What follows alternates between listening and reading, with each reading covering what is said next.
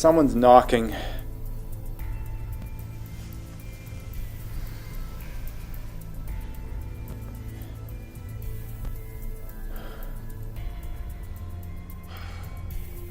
Perfect. You know what? Thank you very much for breaking another window. I'm only going to say this one time because I hate shouting, so listen closely. What's going on? We've been watching you, and we know that you are only one man and one woman. We also know that you have some firearms. Hey, that's a nice AR, by the way. But we also know that you don't know much about how to use them. And just so that we're clear on everything, we do have your house surrounded. I warned you that you needed to leave your house 2 days ago. And I said if you didn't, that we'd kill you. But I'm still gonna give you one last chance to just go about your lives. But this time, no weapons. Just the clothes on your backs and a pack of food and your hands up. You have 5 minutes to pack. It's only been 2 weeks. Is it already the Lord of the You Flies? have my offer. What's your decision? Yeah. How do we know you're not going to just shoot us when we walk out? Okay, that's a fair question. I'm gonna be direct with you. You don't know my name, but you'll know who I am when I say that I was your UPS guy. Which is how I know that you have some pretty extensive supplies in there. Look, I know that you're a decent guy, and I'll be honest, I don't like seeing people have to die. But I'm even less of a fan of dying myself, and I'm not going to risk my or any of my guys' lives trying to force you out of there. If you stay, we're just gonna burn down your house with you in it. Either you're gonna run out and we're gonna snipe you down for being a pain in our butts, or you can just burn in there. Now, no one out here wants that, because if your house burns, then there's gonna be less stuff worth all of this effort. And I'm sure that you don't want that, because then you'll be dead. So let's call it 4 minutes left. The clock's ticking, make your decision, and let's get the show on the road. Let's just walk out of here now. We'll figure it out. They don't seem like they want to hurt us. They don't sound crazy. No, they don't sound crazy. They sound smart. Did you hear what he said? We can walk out here with food, but no weapons, and we gotta walk out with our hands up? They're just trying to make it look like we have an escape route, so we'll walk out of here without a fight. They're not gonna let us out of here without shooting us, though. They put us out there with just a little bit of food. In a couple of days, we'll be back here trying to steal everything back from them. They'd be on edge just like we were. Now, they're not gonna let us do that. They're just trying to trick us out instead of burning us out. What do we do then? He's right. I actually don't know how to fight with this. We can't trust him. We can't trust him. How do we even know there's more than one person out there? It could just be him. All right, what's your decision? I said, what's the decision?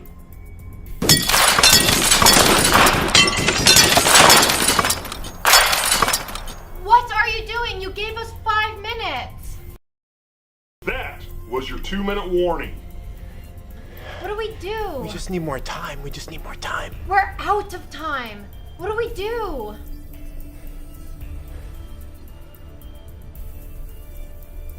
Where's 911 when you need them?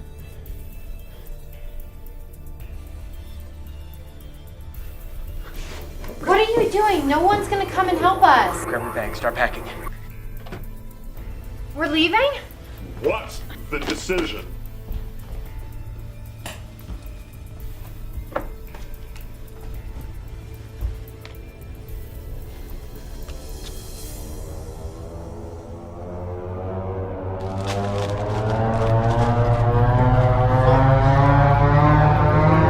Come on, come on!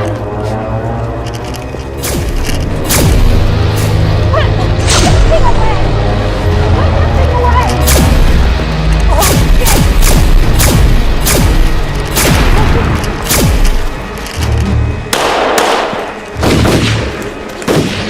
Run!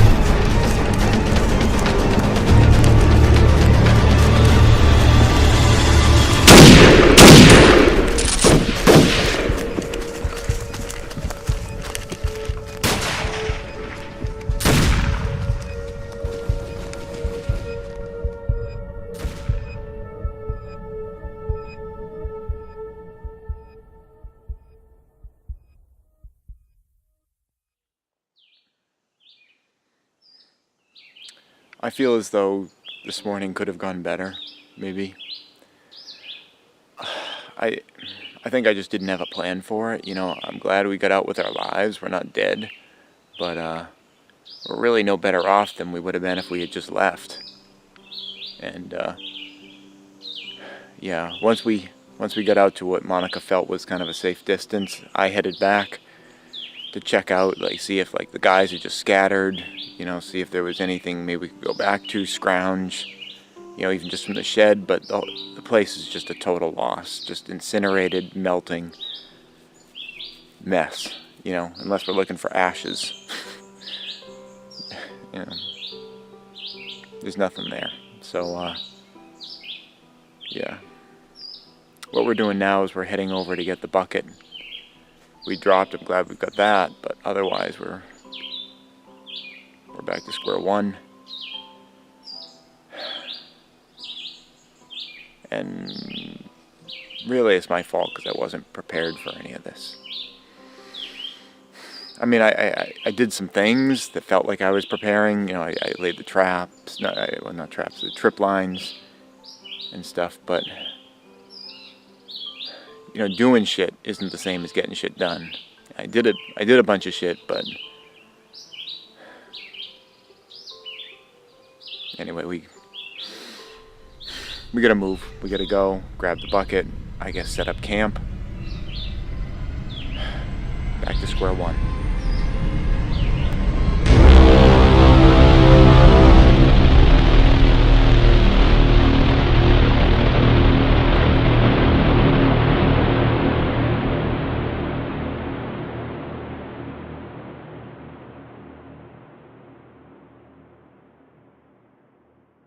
Please subscribe and tune in every Friday at 4:30 New York time for a new video. And if you'd like to support this channel, you can do so both through Patreon or PayPal.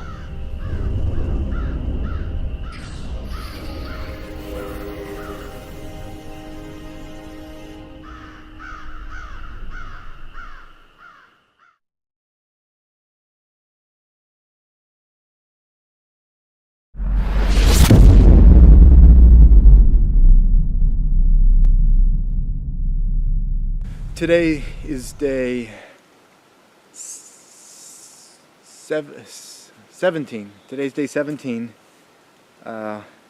Yeah. Yesterday, a bunch of douchebags tried to take our house, and I think they were probably just going to shoot us. So I ended up using the radio at a really high frequency, and it ended up having one of those alien ships come.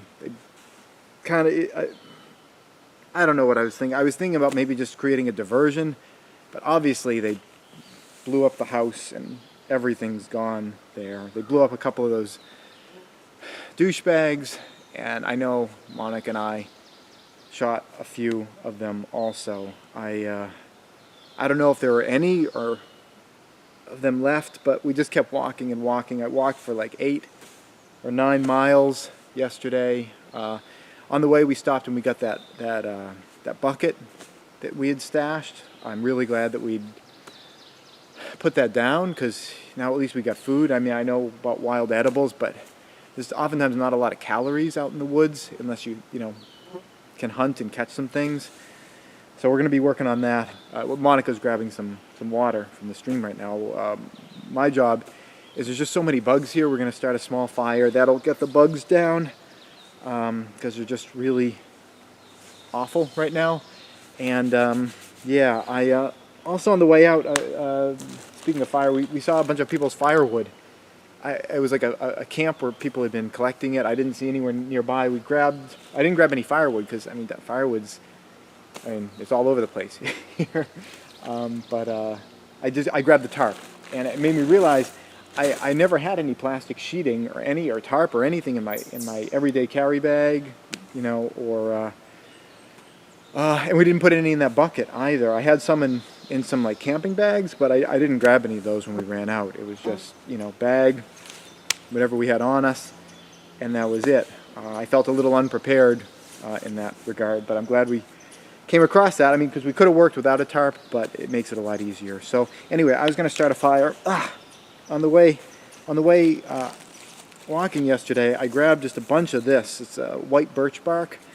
This stuff burns super easily. There's a natural wax in it. When I found like a tree, there's plenty of them around here, I'd just peel off what was kind of hanging off of it. If you peel off too much, you can kill the tree. I don't want to do that. I mean, there's no need. There's plenty of it. So, I collected this, and it'll make it really easy to start a fire here. And also just kind of grab some dead dry sticks on the way, and there's just leaves everywhere here. Now, I'm going to start a fire. I'm going to need to tend it because otherwise it'll start into a forest fire here. Now, I don't even need all of these. Just one of these should be fine. Ugh. God, the bugs are awful. Like I said the other day, bug-borne diseases are the problem. Okay, so I'm going to place this here. We've had a lot of rain recently, as I've been mentioning. There's no more snow left on the ground, but there is a lot of wetness. So not that worried about it spreading out of control, but I am a little concerned about all these leaves. Hopefully they're dry enough. So I got the birch bark on the bottom, some of these dry-ish leaves from the top here. I'm kind of collecting around because I'm going to have to clear out this area. And I'm going to take all these little sticks and break them into tiny pieces. Now, before I really go crazy with this, I'm going to get that piece lit on the bottom. Got a lighter that was just in my pack. Okay, that stuff lights up super easy. And now all I have to do is keep the flame moving through some nice open scaffold of sticks. And we're just collecting these dry leaves, placing them on top. And you want to kind of create some layers of sticks and leaves so that the air can come up all through it. There we go. The fire is going to spread out of this area, but I'll stomp it out as it goes, and that'll create a natural sort of fire barrier once you burn off all the burnable stuff.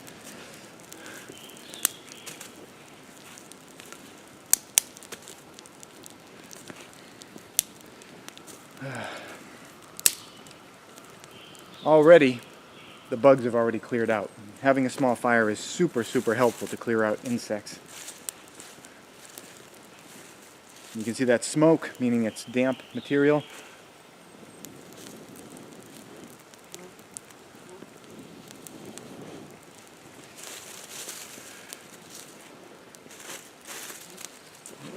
And I'm just layering the sticks with the leaves, because if you just put a bunch of leaves on there, they're going to kind of flatten out together and the air won't get up through them. But if you kind of layer sticks and leaves and sticks and leaves, it gives a bunch of passageways for the air to get through. And some more leaves.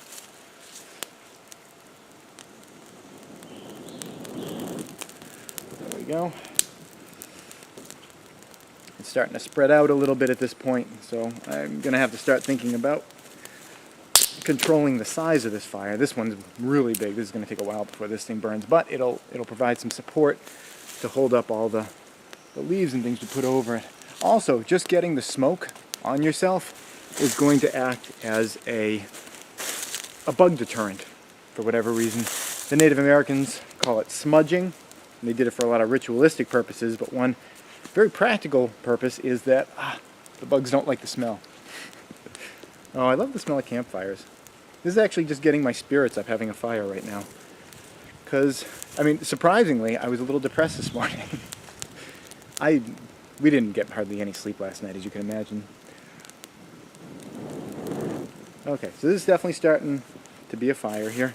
I'll start putting some bigger stuff on there. Ugh. All right, so the next step after this, and I'm going to have to tend this pretty continuously while it begins, because this is going to have a real tendency to put itself out, with all this wet stuff. I'm going to have to keep coming over here and blowing on it. But the next thing that I'm going to be, that's a lot of smudging. The next thing I'm going to be working on is putting a shelter together, because that will help if it starts raining or anything, and the tarp is going to be super helpful for that.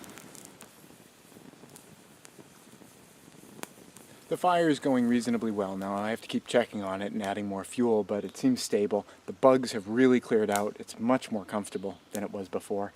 And I've decided that this area over here is specifically where I want to put our shelter. The reason I chose this is it's reasonably flat. It's kind of elevated above the other areas, and you want flat because it's better for sleeping. You want elevated so if it rains you're not in the middle of a puddle. And it also has this nice big tree that I can use to tie things off to. This tree over here, and what I'm going to do is just run a line from here down to there, run the tarp over it, and then I'm going to stake it down, and this tree here is going to get the axe because I'm going to use this one as stakes. This is a nice strong, I don't know what kind of tree this is. I'm not sure. You don't have to know exactly what things are in order to utilize them. I've seen these trees around though. They're really rugged, and I'll be able to hammer this in using my kukuri blade, which I am so thankful that I ended up putting in my pack like I was planning to the other day. So many times you plan to do something, you don't do it. I'm really glad that I actually did it. So I'm going to cut some stakes off this, and then I'm going to get going on building a shelter right here. So I'm recording my thoughts again. I'm not sure why we're out here and what our goal is really. You know, there is a hospital we could have gone to, and I think that might have been a better plan. And I really don't know what we're doing out here. I'm not sure that it's safe at all.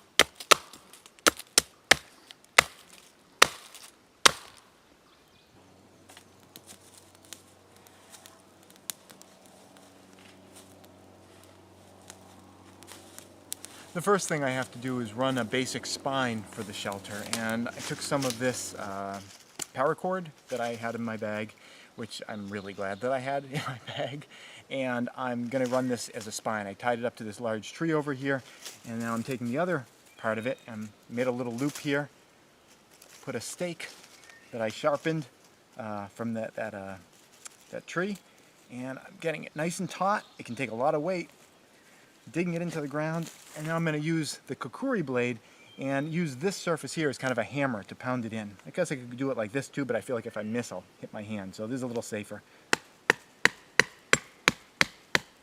Alright, so now this is nice and taut, and I'm going to be able to run the tarp right over on top of this.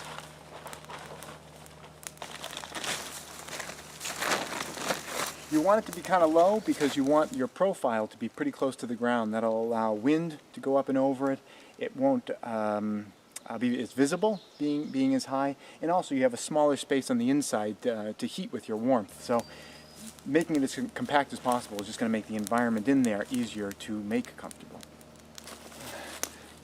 To tighten up the corners, what I've got is these small sticks that fit right through the little grommet holes in the end, and I'm just going to stick those in there and hammer them in just like I did the others.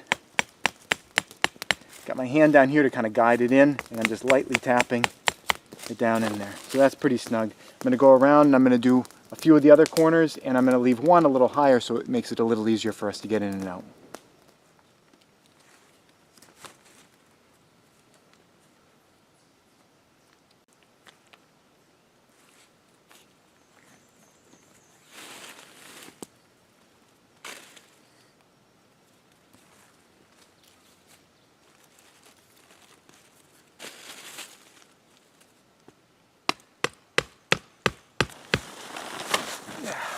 And that's that.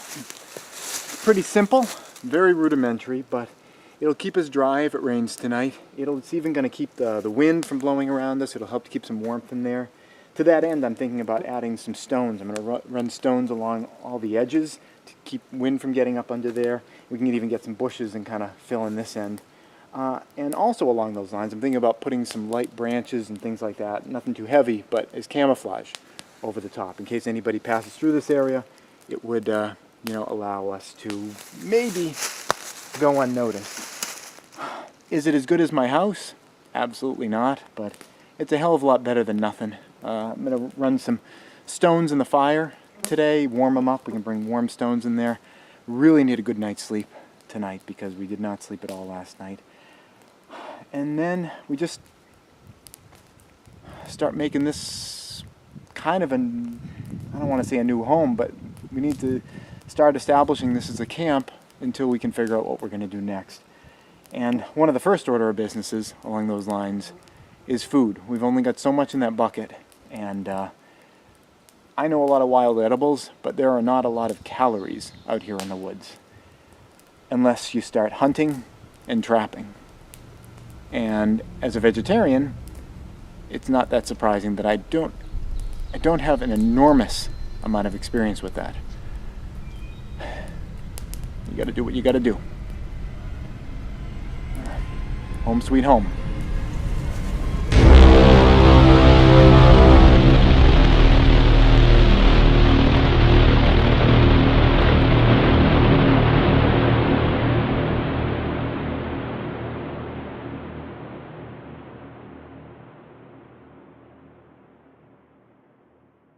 Please subscribe and tune in every Friday at 4:30 New York time for a new video. And if you'd like to support this channel, you can do so both through Patreon or PayPal.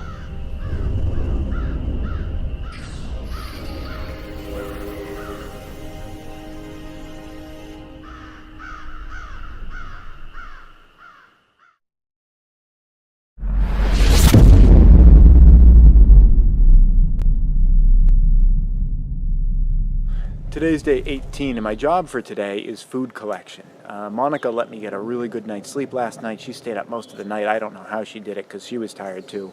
She's crashing back at the campsite right now, and I'm out to try to get us some food. Now, we still have the big bucket full of food, but even as much as is in there, I mean, that's maybe just a couple of weeks, really. So we really need to stretch that and be supplementing that with other things right now. So that's what I'm out looking for, as well as any other useful things that I can find while I'm out here. I'm going to be looking for wild plants, and even though I've been a vegetarian for the past 10 or 15 years, I'm looking for animals because I'm going to starve to death if I don't take advantage of every single food source that I can find today. But I don't have any experience hunting. I've never been hunting before. Not surprising because, you know, I'm a vegetarian. But at this point, I wish I had a little more experience with that, but, you know, I'm in this situation, so I'm going to do the best that I can. I do know how to make some basic traps. I know how to make figure 4 traps, so I'm going to be doing those today. A friend of mine showed me that several years ago, and I remember how to make figure 4 traps. It's kind of a deadfall trap. I'm going to set a bunch of those first, and then I'm just going to be doing some hiking and stalking of animals. And my weapon is this. It's just a club. It's a reasonably weighty piece of wood that if I see something, I'm just going to throw this at it, and if I hit it, it'll stun the animal. I'll rush over to it. I've got a knife here to finish it off, or I can you know, club it again or stomp on it with my foot or something. Clearly, I've thought this through, and I have lots of experience with it. But anyway, that's going to be my initial approach, is trying that. Now, I'm not anticipating that I'm going to be throwing this at a deer or a bear and then, you know, finishing them off with this little thing. I generally, when I take hikes, I don't see large animals like that in the woods. What I see is small animals, squirrels, birds, chipmunks, things of that nature. So that's what I'm imagining that I'm going to be clubbing today. Am I happy about it? No, not at all. It's definitely not going to be gay clubbing that I'm doing. I mean, gay's like happy, you know.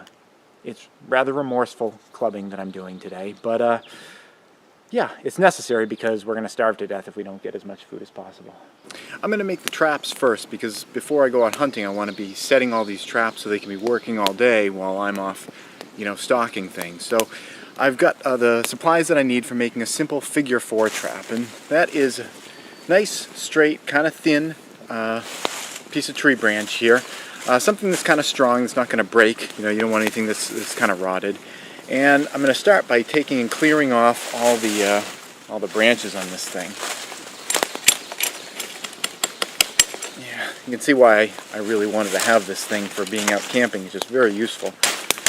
You can do this with a knife, but not nearly as easily, not nearly as quickly.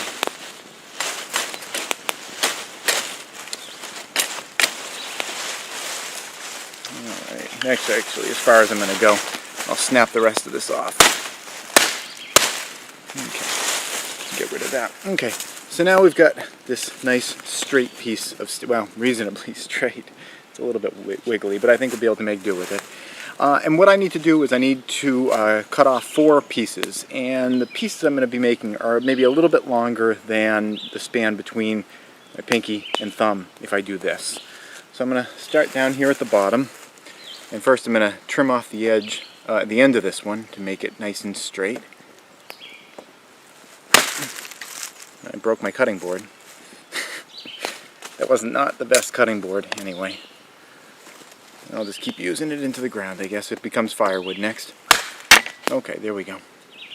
Alright, so I'm going to take a space on this guy. We'll probably cut it over here. Here's my span, and I'll go a little bit beyond that. There we go. I'm really massacring this cutting board. I did need to find something a little bit better.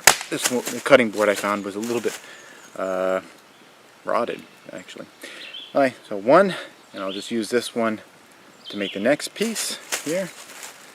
As you get thinner, it's going to cut a little bit more easily. There we go. And then measure off the next piece. Now these are a little wiggly, so this will be going to be a little challenging to get these guys to work. And what the setup is you want to create for this figure 4 trap, there's going to be one piece that's going to be your stake that sticks into the ground. Across that piece there's going to be a bait stick that'll run like that, and then on top there is going to be another piece like this. And the idea is that when something grabs the bait here, it moves this stick, flips it off, and that releases this stick here to drop a rock or something heavy onto them. So what you have to do is a series of notches in all these sticks in order to get them to kind of interlock in this way. So that's what I'm going to do right now.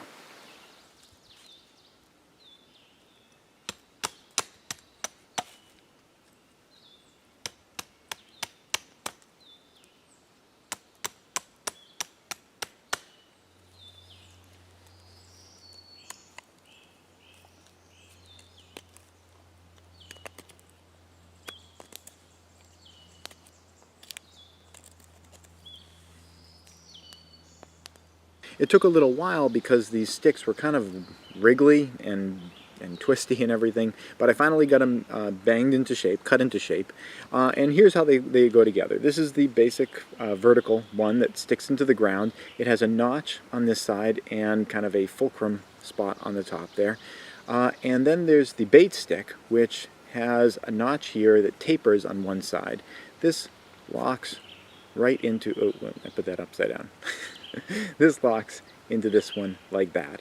And you'll notice the bait stick has a pointy end on one end and then this little notch on this side. And the idea is that when something grabs stuff here, it'll slide these apart, they'll slip, and this little notch here is what releases the rock which is being held over it. And that works in this way. Got a little notch on here so it can balance or rotate over the fulcrum, and you can see I'm just going to hold it just like that so it's staked into the ground, and up here can take quite a bit of weight pushing down, and it holds the whole thing together. I'm using my knee is going to be the squirrel, so something comes around here and it's kind of messing with the bait here, it pulls it out and the rock falls down and crushes it. So that's the way that thing works. So I'm going to make a few more of these, and then I'm going to put them out on the landscape. I've already identified a few places where I can see clearly there's animals coming in and out of a burrow, so I'm going to be putting these right outside of that. And as for bait, I've noticed a lot of pine cones being eaten in the area, so I'm going to be putting some pine cones onto the bait sticks, tying them on with grasses or some kind of, whatever I can get, leaves or whatever, to tie them on there. And also I've seen a lot of mushrooms out. Now some mushrooms don't seem to be of any interest to animals, but some of them have a lot of nibbles on them, so I've collected ones that seem like they're the ones that are being nibbled, and I'll try to use those as bait as well. In addition to that, on some of the traps I had the idea, I wanted something aromatic that would sort of draw animals in, and I don't want to be sharing any of our food with them, but I do have some lip balm, so I was thinking on a couple of these traps I might put some lip balm. It has like a minty smell to it. and see if that might attract animals in, just out of curiosity. I'll put it on the traps, not on the food items that are going to be attached to it. You know, I've read stories about how people's dogs have eaten, you know, chapstick and things like that. So maybe there's something that is interesting to animals about that. But I'm not going to put it on all of them because maybe it repels the animals. So I'm gonna try that out and see if that's effective. If it is effective, then I will plan on, you know, maybe putting that on a lot of them. So anyway, I want to get those traps out so they can be set and waiting, and maybe I can catch some things. And in the meantime, once I get those set, I'm going to go around and do some hunting and stalking, and there's a lot of birds here. Hopefully I can get something that way. There's a really clear animal hole right here going down underneath the trees. You can see that the leaves have been disturbed recently, and I've noticed in the area there's a lot of pine cone you know, debris, that, you know, something living in here has been eating pine cones. So I'm going to try to set up a trap right here. I've got my stake piece. I'm going to put the stake right, well, I should kind of space this out. I think I found this big rock. I'm going to use this as the, you know, what's going to fall, and that pivoted on this stone here. So I should kind of set this up and see, oops, keep putting that upside down. I should set this up and kind of get a sense of how far away it needs to be in order to have the rock. Okay, so right around here, I guess, seems pretty good. Okay, so we got that. Oop. Hair trigger. You know, the problem here is the ground's a little bit wiggly. I'm having trouble getting a firm, yeah, this is planted a lot more firmly into the ground now. Okay.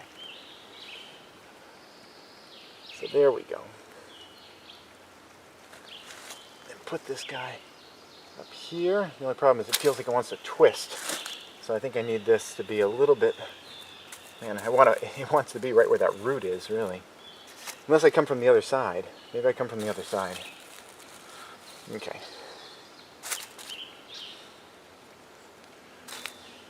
Put this guy in here. Let's see, how would that work? It goes in there. Yeah, the ground's still a little soft here. Let's see if it'll work.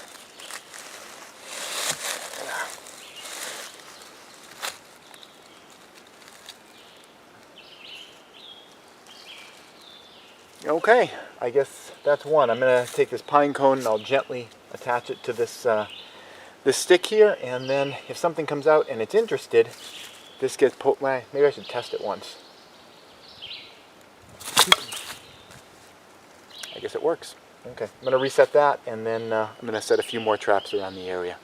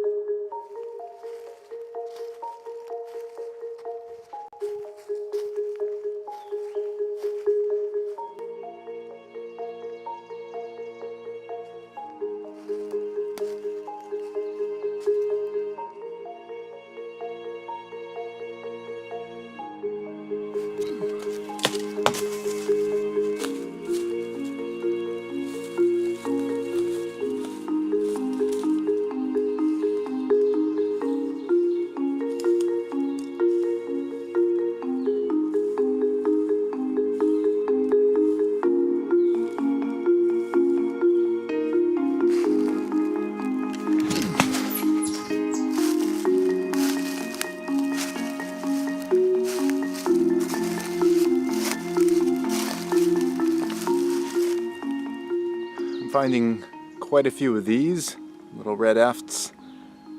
I kind of think that they are toxic, though, or bad for you. A lot of these brightly colored animals are oftentimes have a really foul taste or something like that, so I don't know, so I'm not going to mess with it.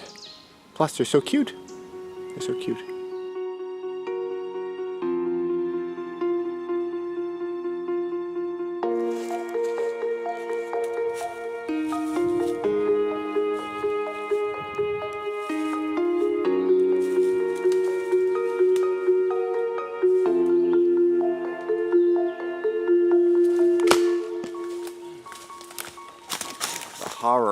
of what I just did over the last couple of hours. I was stalking animals, setting traps and everything like that, and I managed to get this poor little angel of a bird here. I ended up throwing a stick at it. It was disoriented from being hit by the stick. I stomped on it. I guess I broke its neck. There's not a lot of meat on here. I mean, even a robin or a blue jay would have been better than this. You know, not to, I mean, you died. I appreciate your sacrifice. But, you know, I wish it was a little bit bigger. But I'm going to go over and prepare it by the fire, and then I guess we'll cook it up in a soup or something like that. I feel bad about it, though. Normally I'm a vegetarian, but, you know, in a crisis, you have to adapt. Poor little thing. Before we start working on this bird, what I wanted to do is go over what I've set up as sort of my kitchen set here. What I think are kind of the most critical things you need if you're going to set up an outdoor kitchen. First, what I have right here in front of me is sort of a cutting board. This is a larger stick that I was able to kind of smooth off using the kuri by chipping off the top surface, and I've got kind of a flat surface right here. So that's going to be really important for preparing the bird. Also, I've got a stick for kind of, you know, poking around the fire, stirring anything. We'll be using this to sort of toast the bird in a little bit. I usually would get this stick from something that is, you know, fresh and green. I don't want to be picking this up off the ground because you don't want it to be rotted or, you know, be covered in germs or anything like that. So you want like kind of a nice clean stick, and you can sanitize it just by sticking the end into the fire and getting the end burned off a little bit. The other thing I have here is a mallet, and this is helpful for if you need to cut through something. You can take your knife, put it down, and then whack it with the mallet, so you don't have to be like swinging a tiny little knife or anything like that. And last, I have this. I'm not going to be using this for the little bird, but if I had something larger, blade like this would be helpful for breaking through larger bones and things like that. So I've got that. And last but not least, actually not even last, is some hand sanitizer from my bag for afterwards, because after this is cooked it'll be sanitary, but right now I don't know what kind of germs or whatever it has on there. So I've got this hand sanitizer to clean myself up after I've prepared it, you know, before it's been cooked. The real last thing is this right here, and I'm so glad that I found it. This was, it's just a tin can. While I was out hunting, I found an old camp, and this was in the fire. It's all kind of burned up and everything. I put some water in it. I'm going to be using it. But when I saw that, I realized that I had not packed a pot for myself to be cooking anything in, and that was a real problem. That was a huge mistake on my part.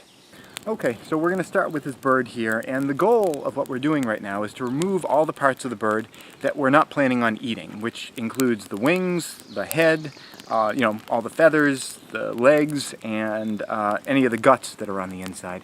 Now, I'm going to be really frank. I am not the world's expert on, you know, gutting and preparing and butchering animals.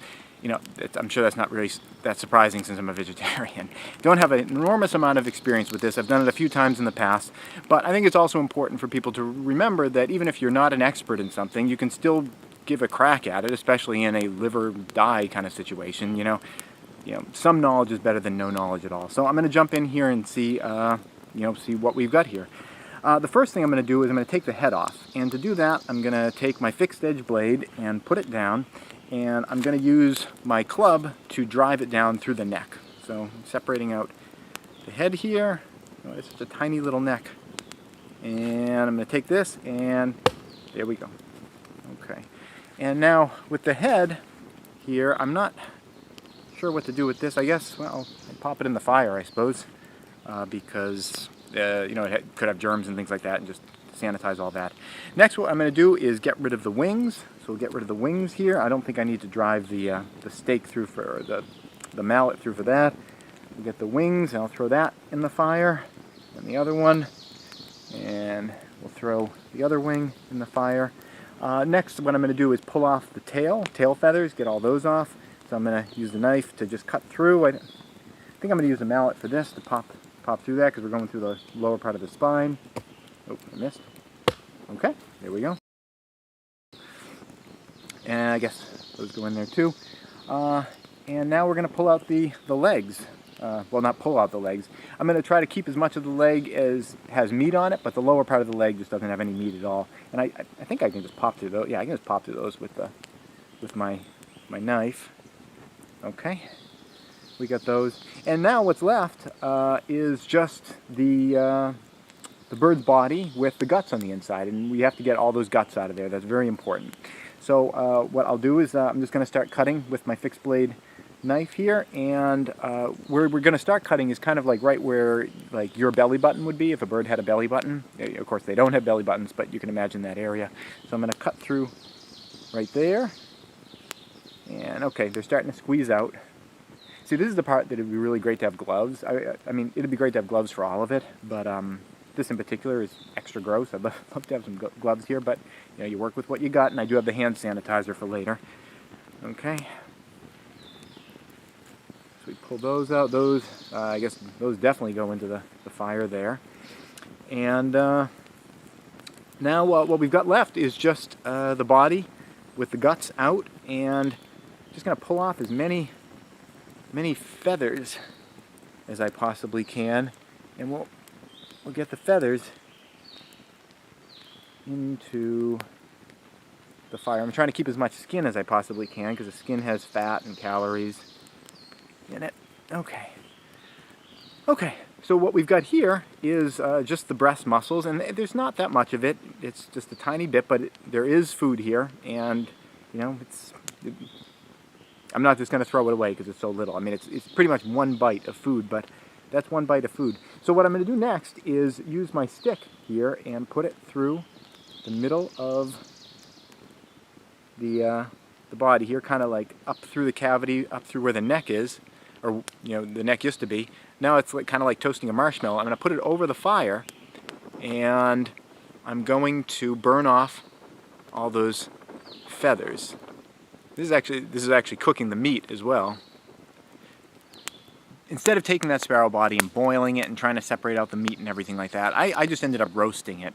I roasted it, I took the meat off of the bone that way. You know, did I get it absolutely everything? No, but I think it just would have been so onerous to have gone through the process of boiling it and then trying to separate that and everything like that.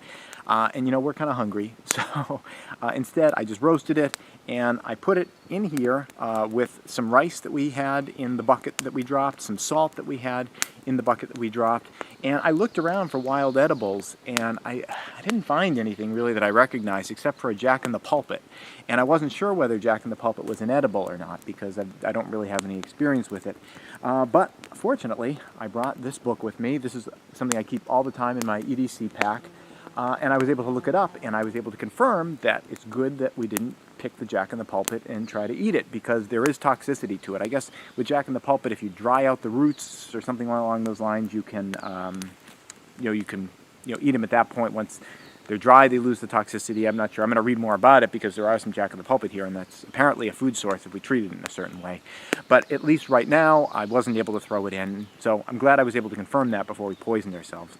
So anyway, all that's in here. It's not much, but it's something, and I'm going to take it, place it right in the fire, and let it boil for a while. And once the rice is all puffed up and it's been boiling and sanitized and it's all safe to eat, it'll at least be something. You know, do I wish we had more? Absolutely. I guess I'll be going around checking out my traps and see if I caught anything that way. But I'm glad we have something. Although in the long run, we're going to need to get more than just sparrows.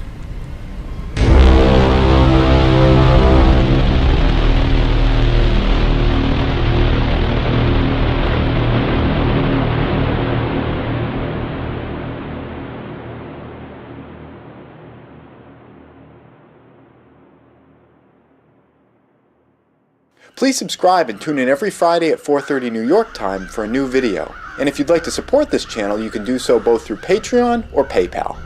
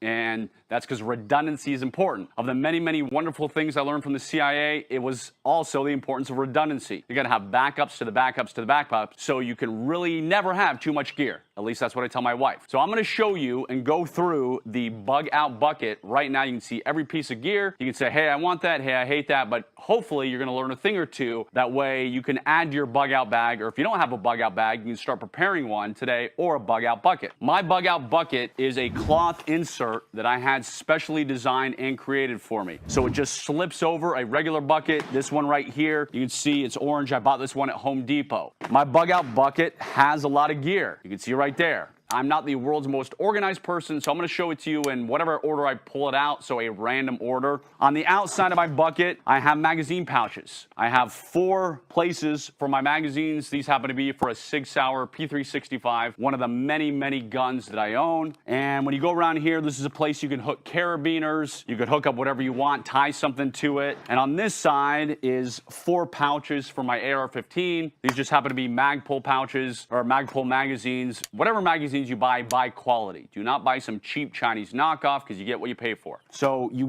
got to, in a bug out situation, obviously have a way to protect yourself, protect your family, which is why I got my ammo and all the stuff I need on the outside of here. Now, on the inside of this bug out bucket, well, this is sticking out. We'll go with this first. You should always have some type of large blade. You don't know if you're gonna have to be chopping down forests or chopping down people. So if you're building a shelter, having a big blade makes things a lot easier. This is my kukri, made famous by the Gurkha warriors of Nepal. Just great thing. I've used this so many times camping, just to chop things down, to move the fire around, and it is a great blade to have. So have some type of big blade with your bug out gear. You're crazy if you don't. Bottle of water in mine, just because obviously water is good. I'm going to show you my water filter, here in a moment, but I always throw at least 1 bottle of water, just that way you don't have to search for the nearest pond or lake or stream or whatnot. This is the water filter I mentioned, called the Serve filter. It is, well, you can drink pretty much anything for this. Stick in all kinds of nasty water. I've used this many times when I've been out and about on training scenarios. So you absolutely must have a quality water filter in your bug out gear, and redundancy, because I've got multiple water filters all throughout my gear, including, as I'm showing you here, in my bug out bucket. Emergency road flares. Why do I have road flares? Well, you know the first reason, to signal people. Heaven forbid you break down on the side of the road kind of thing, so you know the usual uses, but I'm going to tell you a spy use.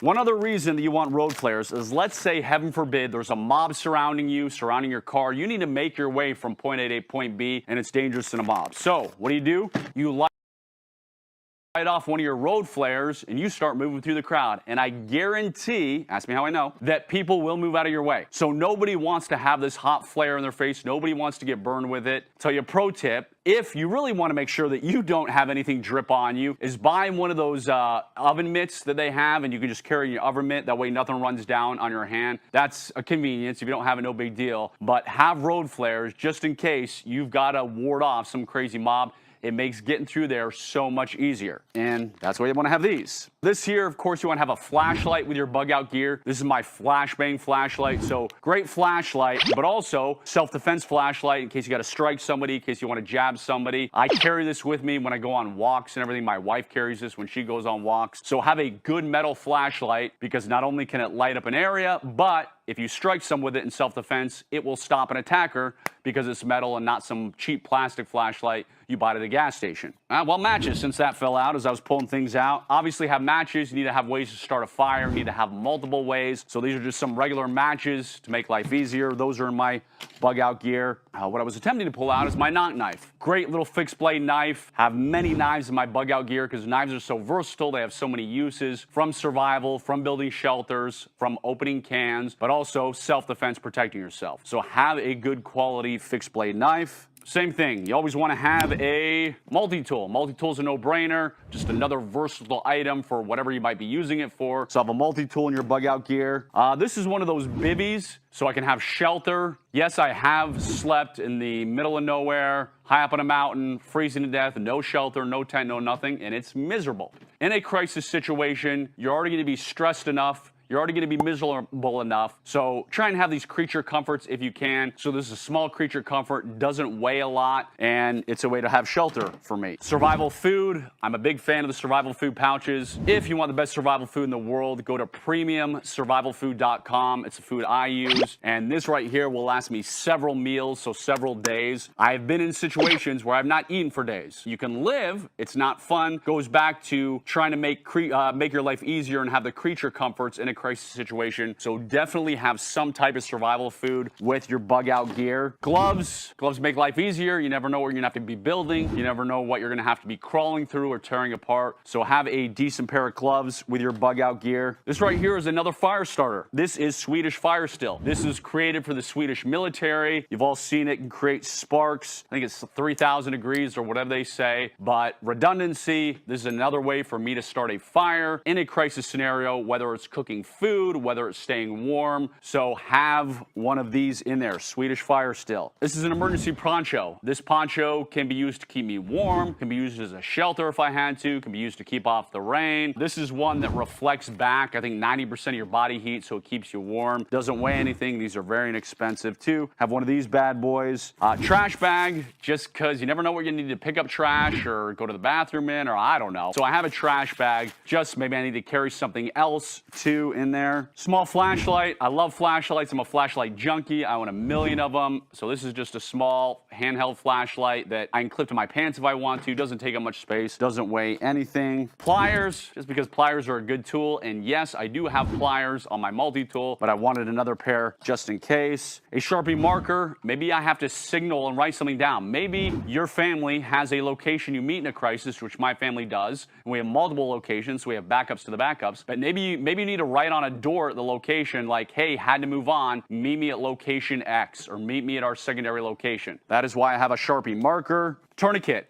This is a cat tourniquet, combat application tourniquet. I like this tourniquet because it can be put on one-handed. So you might be by yourself when the stuff hits the fan. Maybe it's a gunshot wound, maybe it's a knife, maybe just get a horrible cut, car accident somehow. So buy yourself a quality tourniquet for your bug out gear. This right here is fire rope. So this is a piece of rope that has that special wax on it, which can light fires in wind, water, if it's on ice and all kinds of scenarios. This one I think can be used over 50 times. Clearly I haven't used it because it's still in the packaging. Fortunately, I haven't used it, but I love fire rope just because when you're starting a fire, you don't want to have to spend forever trying to get the right kindling, trying to make it happen from scratch. Is make life easier for yourself in a crisis situation. Get yourself some fire rope.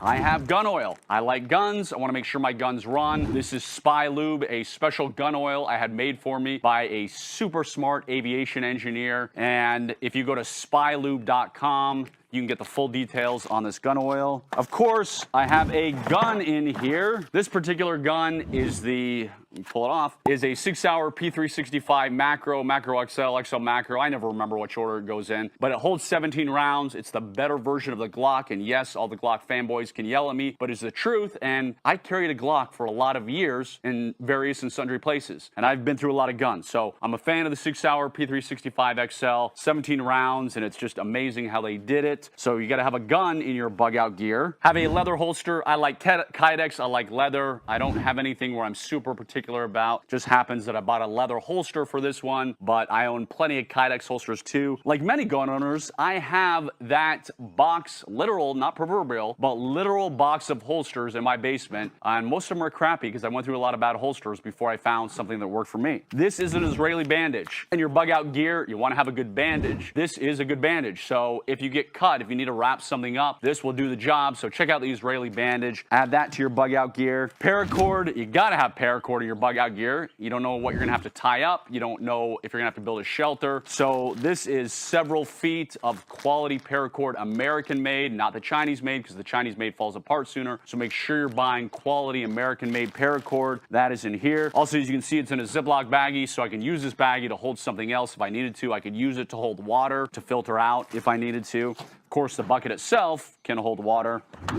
I have a magazine pouch. That way I can throw my mags on my hip.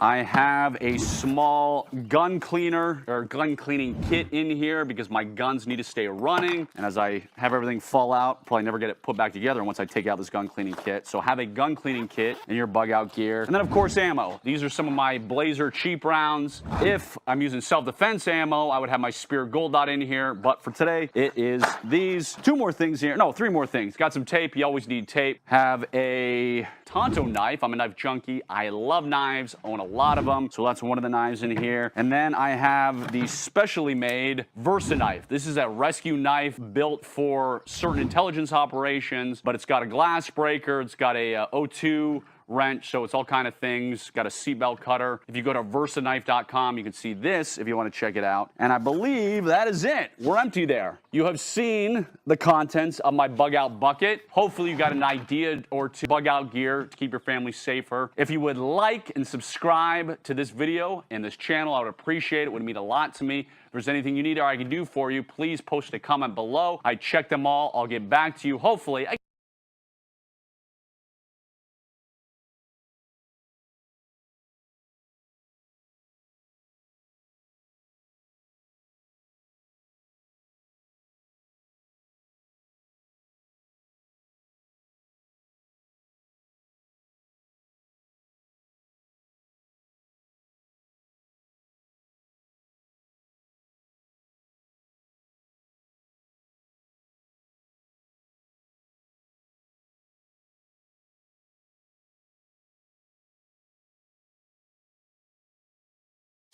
A viewer of mine lives in an RV, and they reached out to me and said, what should I be doing for RV security? Well, guess what? We're going to go into one of my friend's RVs right now. I'm going to show you all the tools, weapons, and items that I would personally use if I lived in an RV. Now, I don't live in an RV because I've got a wife and 7 kids, and my wife does not share the same enthusiasm for RVing that I have. But if I didn't have a wife and 7 kids, I would absolutely be living in an RV, especially in this beautiful place we have here. So we're gonna go in. I've got all the items laid out on the table for you. All right, this is a, well, this is a fancy RV. I tell you, RVs are getting nice these days. On this table are a motley crew of items that I would have for RV home security if I did live in an RV, which I don't yet, but I want to one day. Okay, so let's talk about these. There are no particular order, but you may love them, you may hate them. But if you can't find at least one thing on here that you would use for RV security, something's wrong with you. Let's see, what do we want to start with? Let's start with bear spray. A lot of people swear by bear spray. They love it. I'm not a huge fan of bear spray just because I want another weapon, a GUN, that I'm going to show you in a minute, if there is some kind of RV security. If somebody's trying to break in my RV in the middle of the night, I don't want to go just bear spray them. But again, I realize not everybody loves guns as much as I do. Shocking. If you don't like guns, if you're like, no, I don't want to have any kind of weapon or whatever, then yes, use bear spray. It's obviously better than nothing. It's inexpensive. You can keep it on your nightstand, so it is an option for RV security if you want to do that. Since I just mentioned guns, we're going to show a gun. This gun right here is a Walther PDP. It's one of the many guns I own. Check it's unloaded, even though I checked just a second ago. But great gun. I like it. It's not the prettiest looking gun. It's kind of bulky like a Glock, but it has a trigger that is a billion, yes, this is a fact, a billion times better trigger than a Glock. So if you want a better version of a Glock, yes, get a Walther, get the Walther PD, or PDP, excuse me, good gun, I like it, good stuff. So yes, you can use this for RV security. Again, if somebody's busting through your door and you were sitting at that door saying, you know, hey, I've got a gun, leave me alone, and some criminal is coming in to murder you, well then yes, have a gun. I use Spear Gold Dot jacketed hollow point rounds, and this would be a perfectly fine gun to use. So yes, obviously have a gun for RV security. We have another favorite one of mine. It is a miniature baseball bat, as you can see. Got good handle here for the groove, and I'll blind you a little bit. This is, it's got all these different flashes kind of thing. Anyway, I train a lot of people who use this where they say, hey, you know, I live in an apartment, I'm worried about overpenetration, or I don't feel comfortable with a gun. Some young women I've helped train, and this is awesome because this thing will crack open your skull. So if somebody tries to bust into your RV, and again, you don't want to use a gun for whatever reason, this is a perfectly good weapon. Doesn't take years of training. It's a baseball bat, swing it, crack somebody's head open. So this is definitely a good solid choice for RV security. Other items for RV security, before they even get to your place. This is a motion sensor. So this is a driveway alarm. If you are in a remote area, or not if you're in a remote area, have driveway alarms. They're awesome. I have one in my house where I live. The way I do it is you can mount this to a stake. So go to Home Depot, go to Lowe's, get a wooden stake. You mount this to the stake, you put it at the top of your driveway. There's a base station that comes with it. The base station's in your house, or in this case, the base station would be inside the RV. And if somebody crosses the beam, it goes off and it sends a notification. It chimes a doorbell chime. So anytime somebody's coming down my driveway, I have these, I actually have 2 of them, and if it chimes, I know that somebody's coming down the driveway. It gives me that heads up alert. Well, you can put this on a stake in front of your RV door. You could put them all around your RV. That way you know if anybody's approaching from any side. So these are great. They're inexpensive. It's got a solar panel here at the top, which is awesome. So it doesn't matter if you don't have, you don't have to put batteries or any of that kind of stuff in there. If you want to get these, just go to Amazon and do a search for driveway alarm. You'll see plenty of options pop up. Since they're not super expensive, this is a no-brainer for RV defense. I'd get one of these. Also, another inexpensive no-brainer thing is just some solar motion sensor lights. I also have these around my house for home defense. So you don't have to mount these. I mean, you can mount these just like anything else, but you could just leave this out on a picnic table. You could leave this out wherever you want. Obviously, it's got the solar panels on the top here. So you don't have to drill this in if you don't want to, but leave it some places. And if somebody's approaching your RV, well then these are very, very bright. It'll light up. You're gonna put these all around. So get some solar motion sensor lights, a good idea for RV security. What else do we have here? Well, knives. I love knives. I'm an absolute knife junkie. It's one of my favorite knives, Spycraft knives. So this goes back to if you're like, well, hey, you know, I don't want to have a gun and I don't feel comfortable XYZ, well then have a knife. Have a good quality full tang knife. This one is about 1/4 inch thick. So you don't want a folding knife in this situation because folding knives are not as strong. But if somebody's trying to get in and you got one of these and again, doesn't require 37 years and a black belt to know how to use, well, go crazy on them, protect yourself, make sure that you don't end up dead. So definitely have some good high quality fixed blade knife for RV security. Okay, kind of random one here that I'm gonna show you how to use this the right way. So what do I have here? I'm gonna see if you can see it. This is a pepper spray grenade. This one is by the Sabre company, Phantom OC. So why would you want a pepper spray grenade? Well, first, you do not want to set this off inside your RV. Trust me on this. We have set this off inside of one of my trucks, and it takes forever to get the, I would say stench, it's not a stench, but to get the OC spray out of there, meaning you get in my truck even after 30 days and your eyes start watering, and you're like, oh my gosh, what is going on in here? So don't set this off in your RV. So why would you want this? Maybe there's somebody gathering around or some buddies. Maybe it's like 3 or 4 people, they're harassing you, they're bothering you, they haven't entered the RV yet, you feel unsafe and you've told them, hey, get off my property, get away from me. Well, you push down this button, it starts spraying like crazy, and you immediately throw it out your window.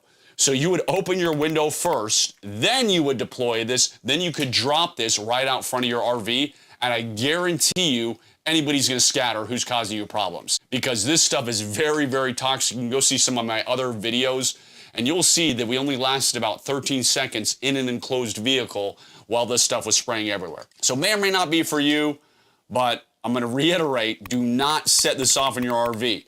Open up the window, push it, drop it out the window, close the window, that way everybody outside is getting this stuff and you're fine. Pepper spray grenade if, or if not, you want it. Smoke grenade. This is a smoke grenade, it lasts about 90 seconds.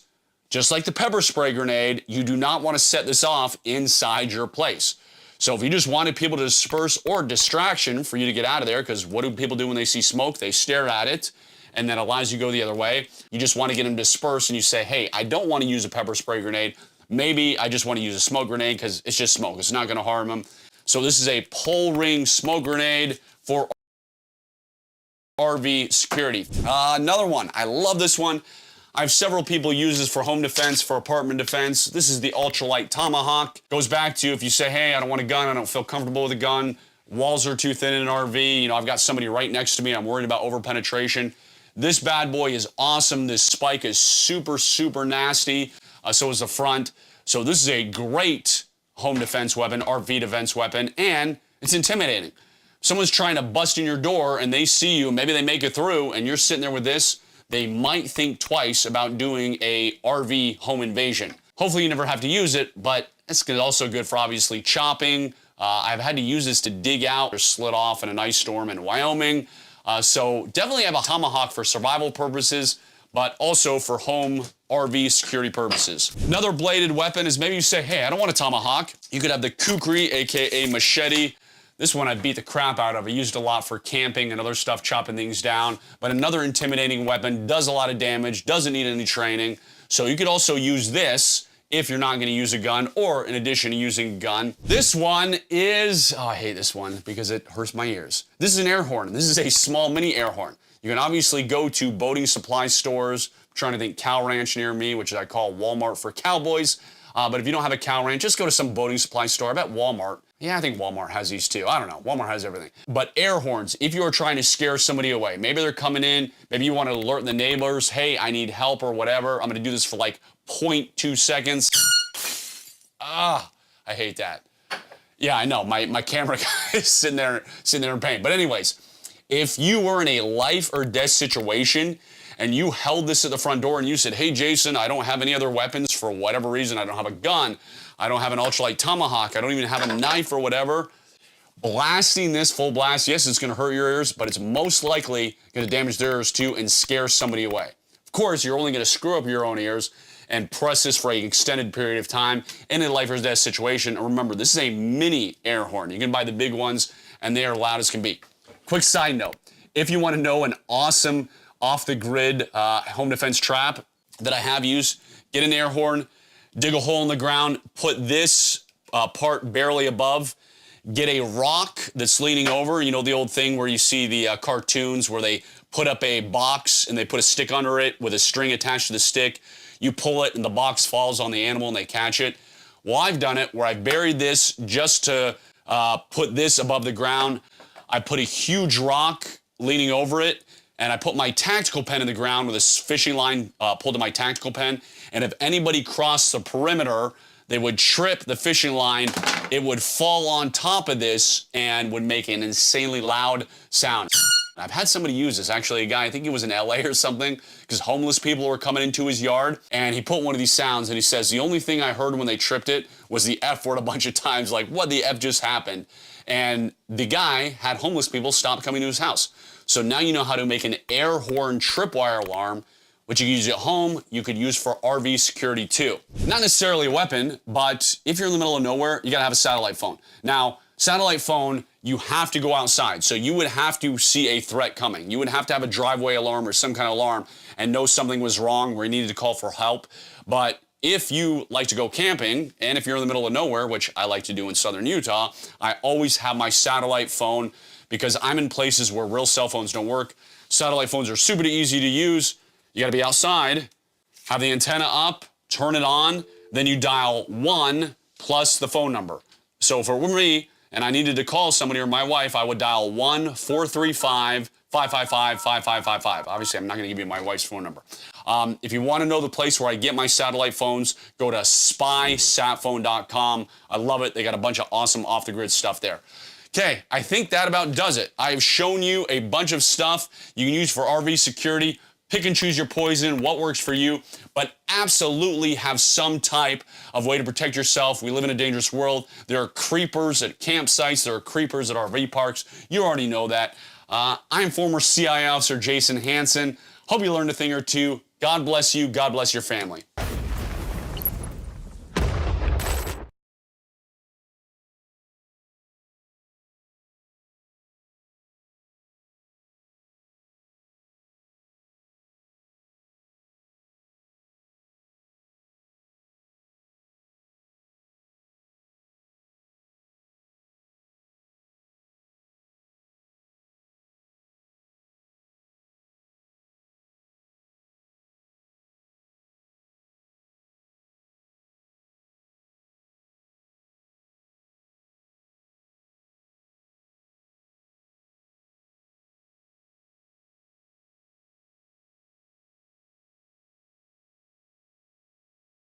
Here is my EDC sling bag. I'm gonna show you the exact contents that I have in it. I'm a former CIA officer and obviously believe you should be prepared and have things with you in heaven forbid there's a crisis.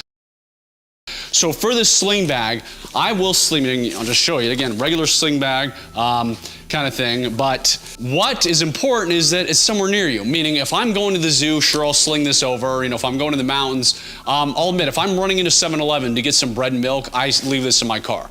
So sometimes it's on me, sometimes it's not on me, but it's relatively close by if, heaven forbid, there is some kind of crisis. So let's get right to the contents of my sling bag.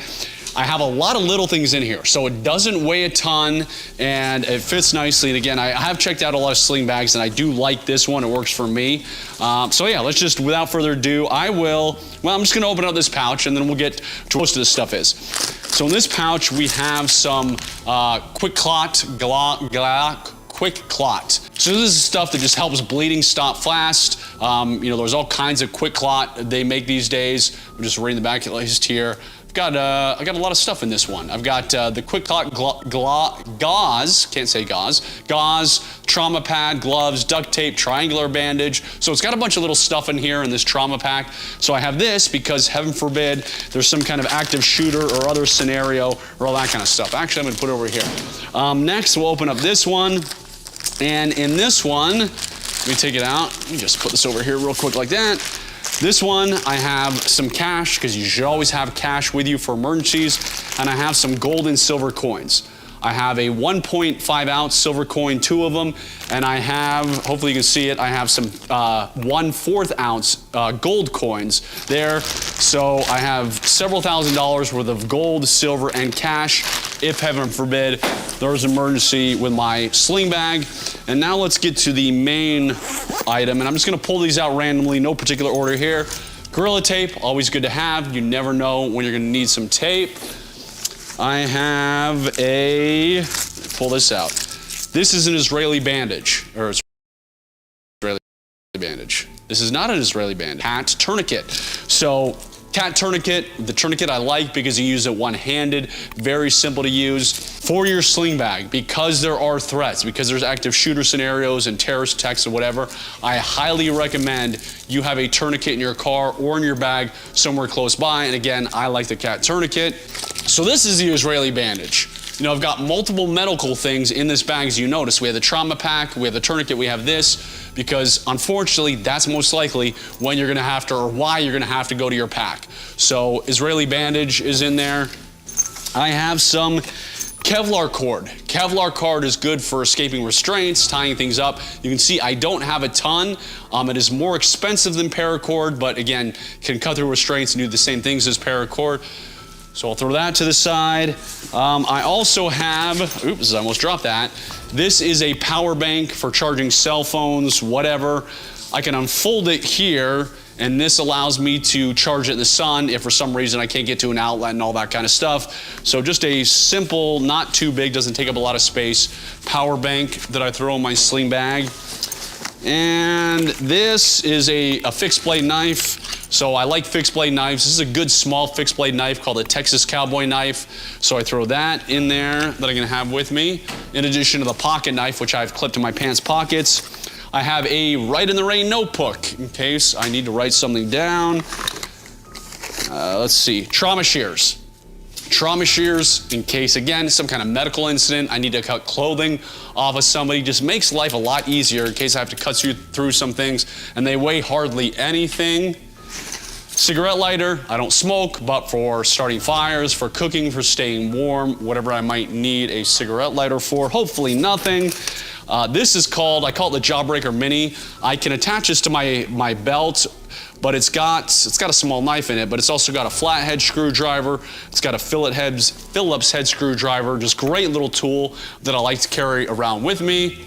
So I'll put that out of the way. Let's keep going down here. Inksol marker, good black magic marker in case I gotta use my Write in the Rain notebook and write anything down or leave message for somebody, for a loved one at a bug out location. A few more things in here. Very simple lockpick set. I know how to pick locks. Again, hopefully I don't have to use it, but it's a good skill to have just in case. So let me put that by. Just credit card size lockpick set. Nothing super fancy about that bad boy. And let's see what else. A few more things in here, not much. Spare magazine for my gun. I usually carry a Sig Sauer P365, so just have a spare mag in my sling bag. And 2 more items. This is an iron key USB drive. This is an encrypted USB drive. So I have birth certificates, I have passport, I'll say passport scans, passport copies, scans, same thing. Copies of my driver's license, copies of my health insurance, copies of important stuff. And again, if you're gonna do this, it's gotta be an encrypted USB drive. Last, but certainly not least, a very simple tactical flashlight, because it's good to have a tactical flashlight. So there you have it. That is my everyday carry sling bag. This is the bag I love. I have tried others. This one is made by a company called 3V Gear. If you want to get this sling bag, it is called the Posse. I was gonna say Outlaw. I think it's called the Posse sling bag, and their website is just 3vgear.com. But get yourself a sling bag, have those items I showed you, or whatever items you think make sense for you. Stay safe, God bless you. I am former CIA officer Jason Hansen, and my goal is to keep you safe and prepared.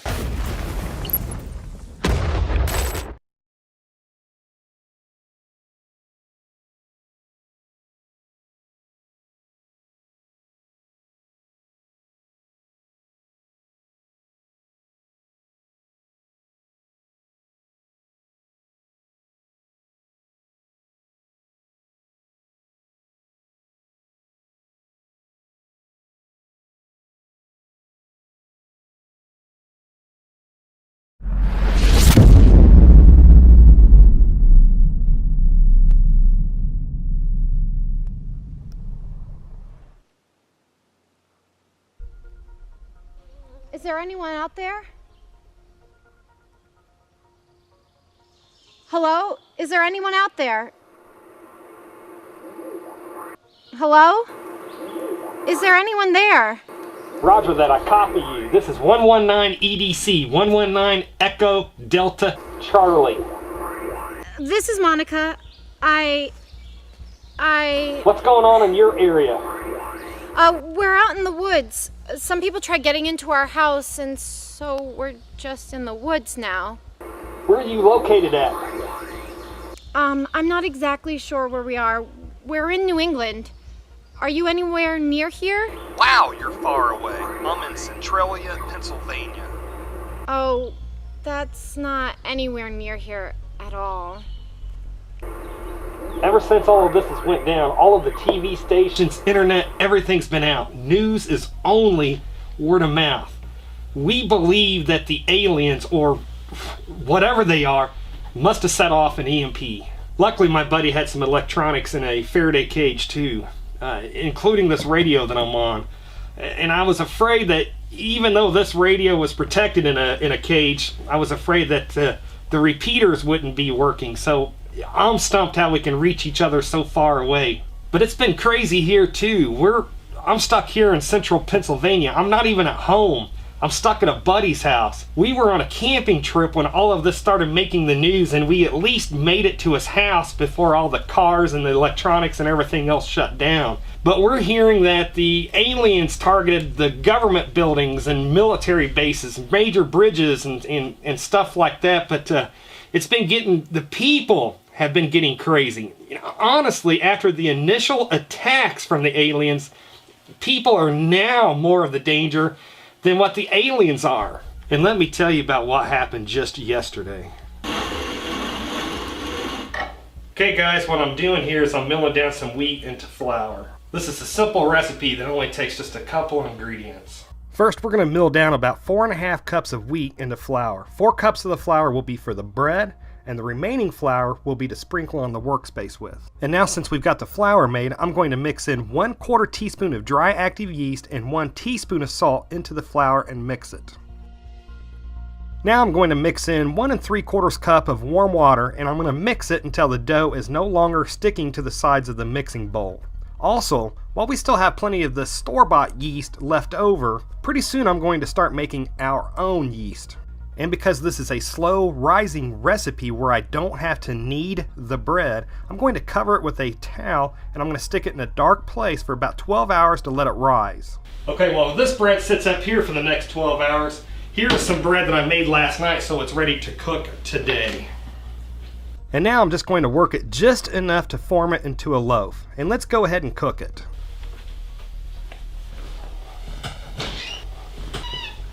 Now, about a half hour ago, I put our Dutch oven in the fire pit so it could preheat before putting the dough in. Now I'm just going to put the dough into the oven and put some hot coals on top of the lid and let it cook.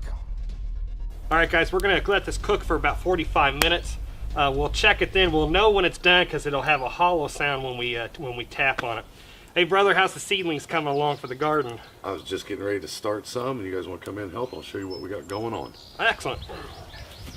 Now, luckily, we'd already prepared and put back quite a bit of food for long-term storage. But by doing the gardening, this will add variety to the food stores we've already have and make them last longer. And with what we grow, this will just add more vitamins and nutrition for us in the food stores we already have. But certain vegetables need a longer growing season than our area can provide. We just don't have a long enough summer for some vegetables like tomatoes and bell peppers. Now we're using heirloom seeds, which means the seeds from this harvest can be replanted next year and the year after, things you can't do with hybrid seeds. And this will allow us to keep producing more seeds and more vegetables year after year, or until things get back to normal, if they ever do. So we're going to give these vegetables an artificially longer growing season by starting them indoors in small pots. Once it warms up, we can get them outside and transplanted. They'll already have a good head start. We don't have to worry about the cold nights. First, we'll just add dirt to the pots from the garden. These are pots that I just salvaged from friends and family who got tomato plants in them and planned on throwing them away anyway. I just saved them to reuse them for my own seedlings. And now we'll add 2 seeds to each pot, just in case one seed doesn't germinate and start to grow. And now we'll just place them next to the window where they'll get plenty of sunlight. And then we'll add a little water and stand back and watch them grow. And once they do, we'll get them transplanted out into the garden. Excellent, guys. While you guys are finishing up here, while the bread is cooking, I'm going to go out to the shed. I'm going to get a couple buckets for that second water purifier that we need. Good, okay.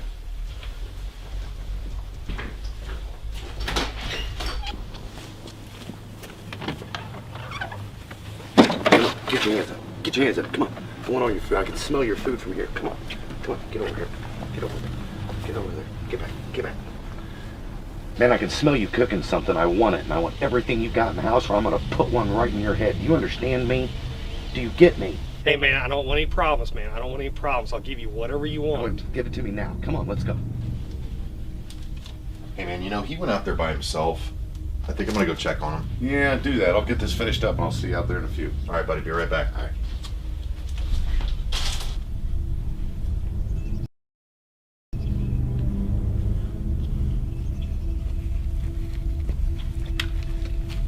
Hey, drop it! Dude, all I want's some food. If you don't give me your food, I'm gonna blow your friend's...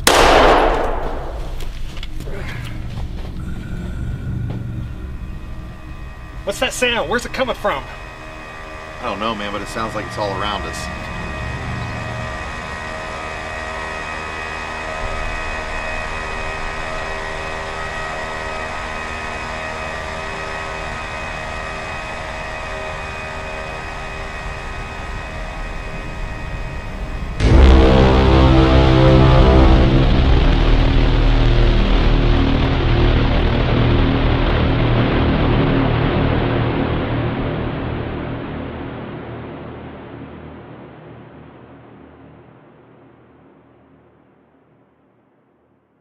Please subscribe and tune in every Friday at 4:30 New York time for a new video. In the channel, you can do so both through Patreon or PayPal.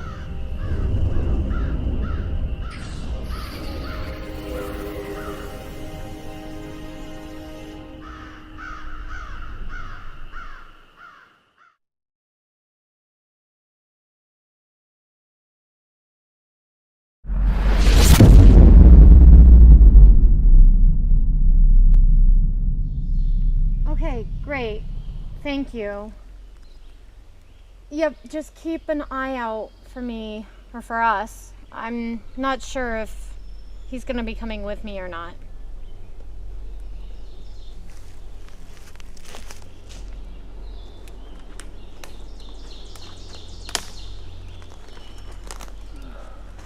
Oh, that's good little, that Yeah. fine little stuff burns really well.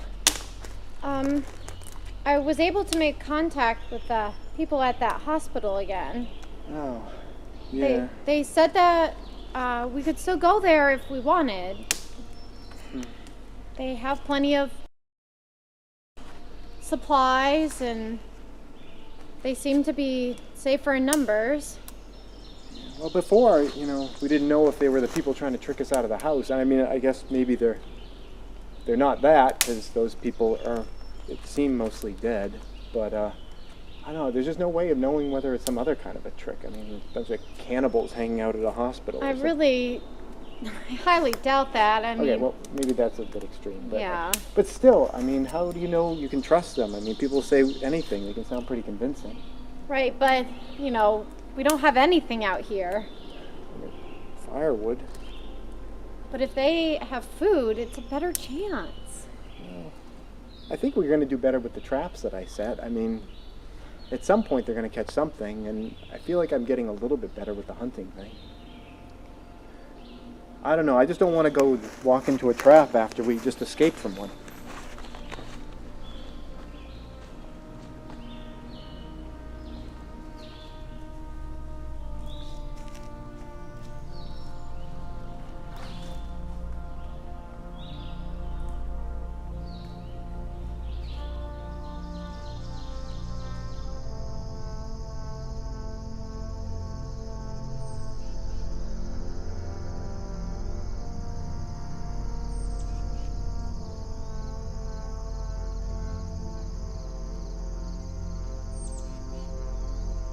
I'm sorry I had to disappear like this, but I thought it would be better if I just slipped off.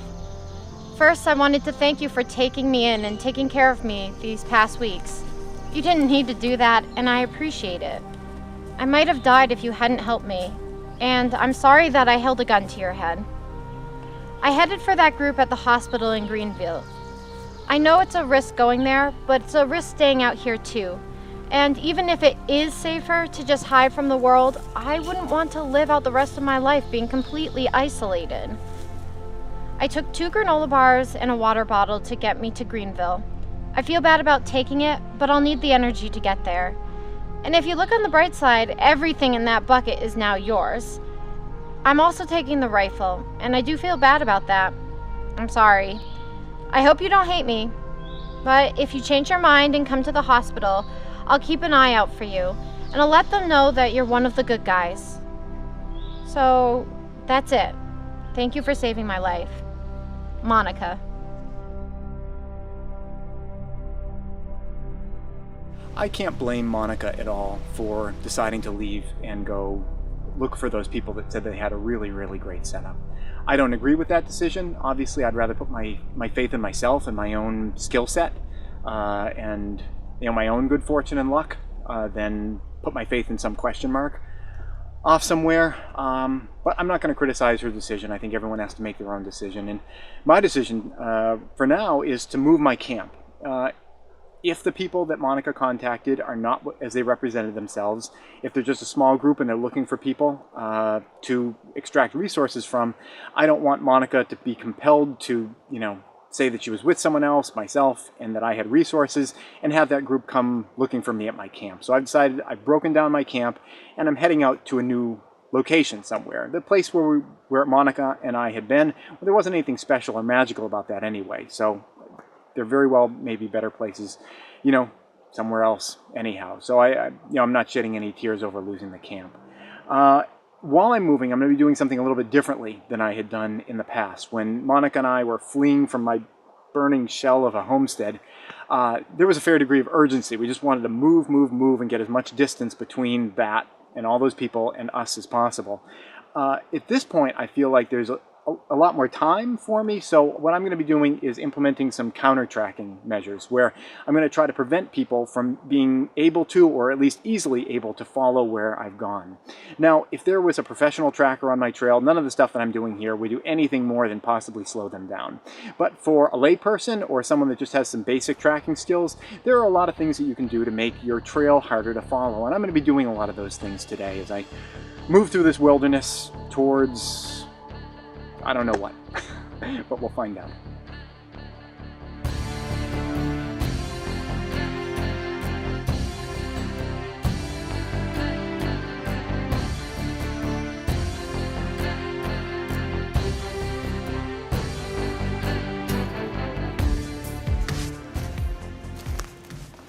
As I'm moving through the woods, I'm paying a lot of attention to the idea of leaving footprints, of not overturning leaves and things. I don't want to be snapping twigs or even bending things over, flipping things over.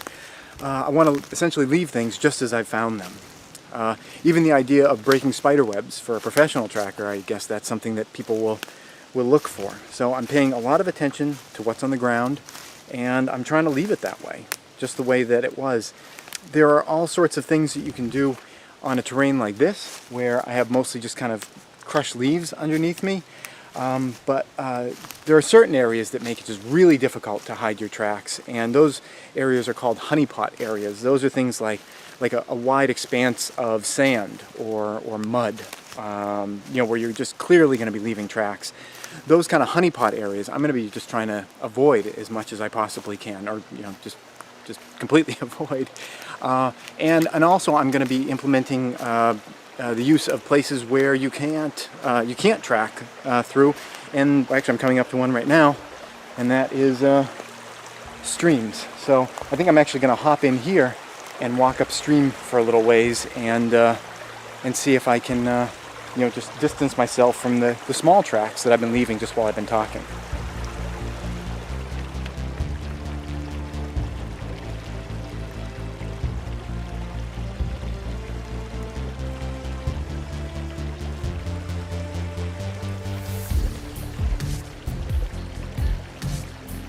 Right here is one of those classic honeypot setups. There's a bend in the river, and it's thrown up a lot of sand and debris, and it's just nice and smooth, perfect for laying tracks in. Even a child, would see tracks if I left tracks going through here. So this is very easy to leave tracks in, very easy for people to pick up tracks. So what I'm actually going to do is I'm going to use this honeypot as a way of possibly fooling someone that might be trying to track me. I've been walking down this stream here, and what I'm going to do is I'm going to pretend that I'm exiting right here. I'm going to walk across these as though I'm going off in this direction, but then what I'm going to do is I'm going to backtrack over my tracks, go right back into the water, and then continue down the river, and I'll walk for a while further, and then I'm going to exit off on the other side. So I'm going to do that right now.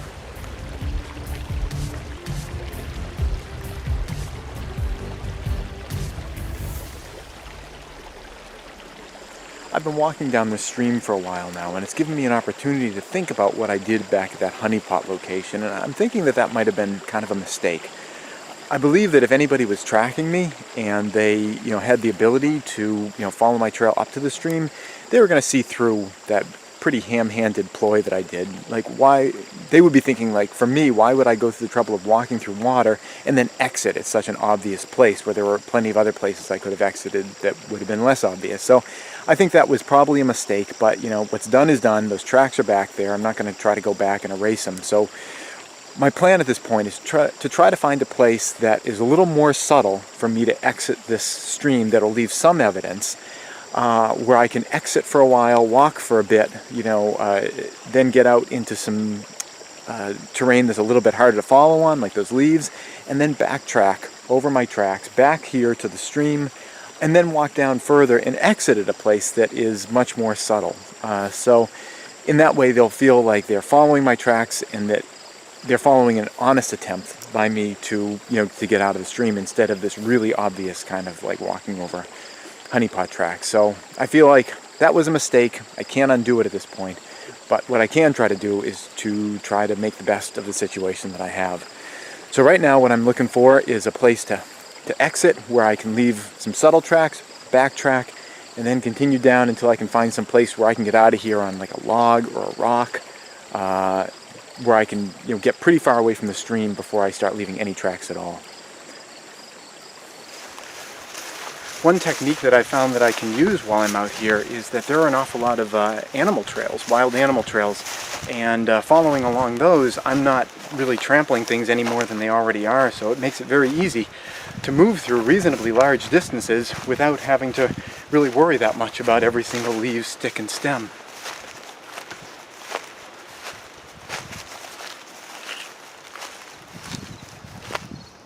Sometimes when you're traveling, it's very difficult to avoid areas where it's easy to leave tracks in, and I've been facing that a lot in the latter part of the day today.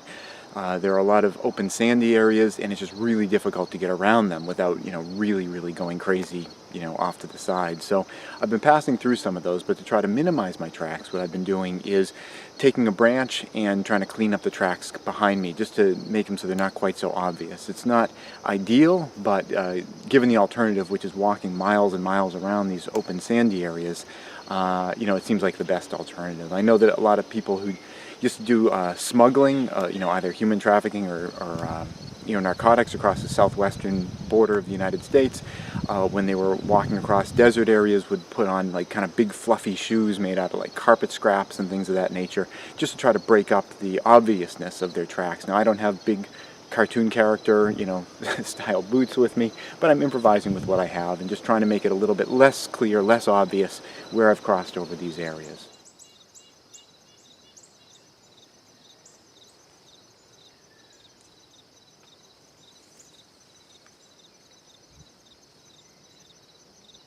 I've been traveling all day, and I think it's time to get some rest for the evening. It's a little bit cool out, but I don't think I'm going to do a fire. You know, if I was going to do a fire, one way of kind of hiding it to mask the fire is to dig kind of a pit in the ground and have the fire down inside of the pit, put stones around it to keep the light from shooting out through the woods. But an even better way of avoiding being seen is to not have a fire at all, and I think I'm fine doing that tonight. So I'm just going to set up a really primitive camp. I'm going to pull out the tarp, just prop it up with a couple of sticks, so you know, if it drizzles or rains, I'm not going to get wet. And then I'm going to head out tomorrow. As I've been going out today, there's been a lot of this sandy terrain here, and I don't know if my ears are playing tricks on me, but I think I'm hearing the ocean up ahead. So that'd be kind of interesting. You know, if there is ocean out here, that could present a lot of opportunities for food that I could gather right off of the landscape, you know, crustaceans and things of that nature. It might present some challenges for getting fresh drinking water, you know, because of the salt and everything, but we'll face that challenge tomorrow and see what we've got. But I think I did pretty well traveling today. I don't think that I've been followed. I think that this whole endeavor of trying to cover up my trails was hopefully unnecessary, but it makes me feel a lot better just knowing that I'm leaving all that trouble from yesterday behind me, and I get a fresh start tomorrow, possibly with an ocean horizon.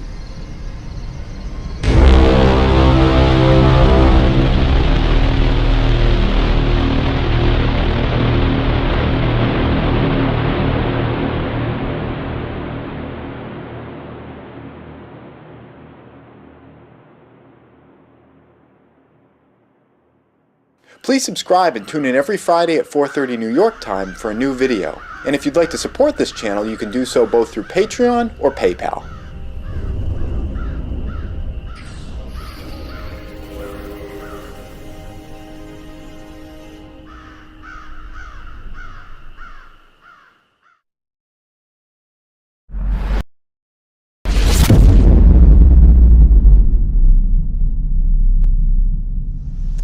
I am feeling really good this morning. I got a really good night's sleep, and I don't know if it's because the ground is kind of soft and sandy, or because the temperature was just perfect last night, or maybe just feeling like I have a fresh start because I didn't leave any tracks behind me. But whatever the reason, I slept really great. I'm feeling really great today, and I got up and I did do a little bit of checking around in the area, and it seems like this is a vacation town, a vacation community. We are near the beach right here. And as far as I can tell, there's no one here. I didn't see any cars. I didn't see any tracks from anybody around here, and I'm not sure why that is. Well, it might have something to do with this up there, possibly.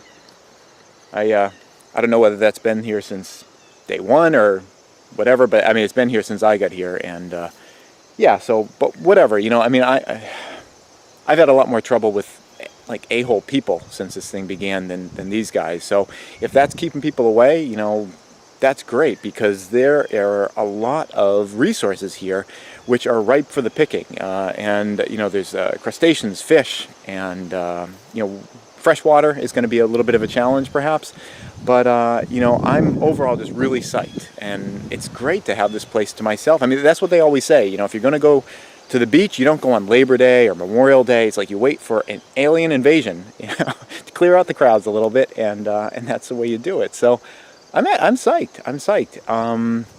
And the only thing I really have to work on is just freshwater resources, because the water here is salt water, and you know, without fresh water, none of this awesome stuff is going to seem all that rosy in pretty short order. So priority number one right now is to get some fresh water going. And I think I have the tools and, more importantly, the know-how to extract fresh water from salt water.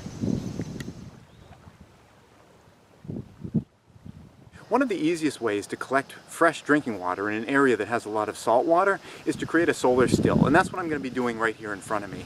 I found this nice sandy area that's easy to dig, and the idea of a solar still is that you create a pocket of humid, moist air, you know, under the ground. You create a membrane on the top that'll allow sunlight to come in, warm things up, humidify things. The water vapor that evaporates from what's underneath there condenses on the plastic surface, runs down to a point, and then you catch it into a some kind of a reservoir. In this case, I'm going to be using the one container that I have with me. So I'm going to be putting that together right here in front of me right now. The first thing you need to do is to dig the hole, and I don't have a shovel or anything with me, so I've got this stone. It's a nice, kind of fits in my hand pretty well. It's good for digging. You might say, well, why don't you just, you know, it's sand, you can just dig with your hands, but I don't know what's down here. There could be anything from, you know, sharp rocks to broken glass, and the last thing you want to have in a situation like this is to have a big cut on your hand that gets infected. You know, that's not something you want to mess with. So I'm going to be careful. I'm going to use a digging stone, dig down here, and what I want to do is I want to be digging this thing down about 3 feet wide, and to get down into some of the more moist ground underneath.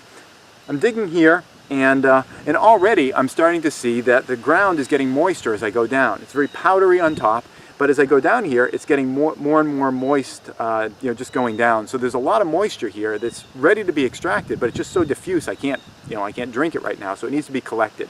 What I've got going on right here would almost be sufficient in and of itself, and I'm going to make it a little bit larger. I'm going to get those walls up, because one thing that you want to make sure that you're doing is that you don't have air intruding underneath and evaporating away your water moisture and carrying it out.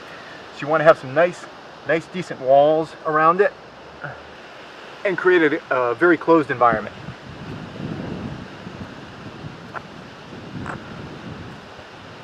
And the more surface area that you can expose down here, the more opportunities for evaporation that are going to happen down there, and the more water you're going to be collecting. Okay, this is looking pretty good to me. What I'm going to do is just sort of smooth out these walls here, so I can have a nice even ring. The next step is to take my plastic sheet. Now this used to be a plastic bag that I just cut up here. I always keep plastic bags in my bug out bag. Plastic bags are just really useful for all sorts of things. I destroyed this one in order to turn it into just, you know, a sheet of plastic. It's important that it's clear. I mean, you could do it with an opaque bag too, but what's great about it being clear is that it lets the sunlight through, so it's going to heat up everything that's down in this pit.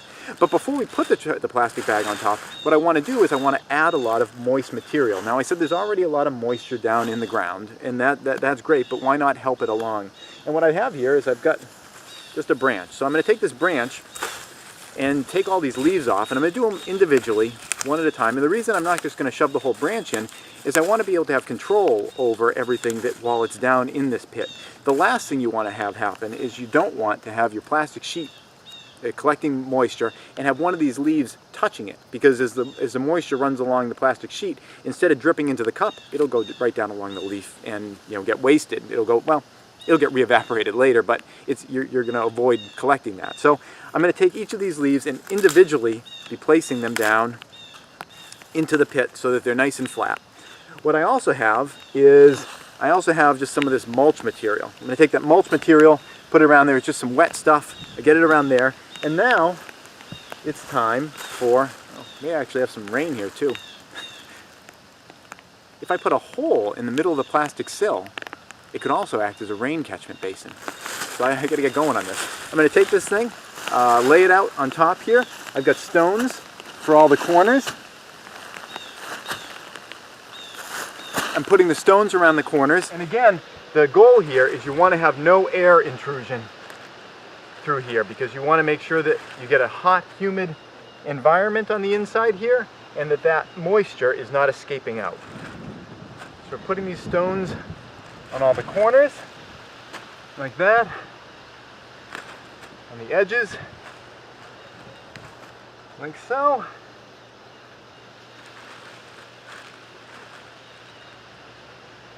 All right, and I'm going to take the extra sand and just put it up on these edges to get a good, whoop, you don't want to have that in there. The sand up here to kind of hold the thing down everywhere that we can. All right, and the last step here is you want to have a weight in the middle, and the purpose of the weight is to hold the plastic down so that the drips are all coming to one point. And for a weight, I just use a stone, which I have right over here. So I'm going to use a stone, and I want to have the weight be directly over where the cup is. So I'm going to place this right here, and if I need to, play with the plastic a little bit, I can do that. It looks like if I give a little more on this side, it'll help it to drop down like that, and maybe pull here a little, like that. Like that. All right. To me, this is looking pretty good right now.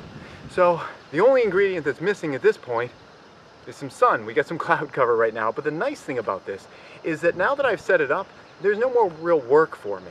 All I really need to do is keep supplying it with water if I want to speed it up, and the way I would do that is just lift one of these corners and pour some water down the side, just to keep it really moist down there.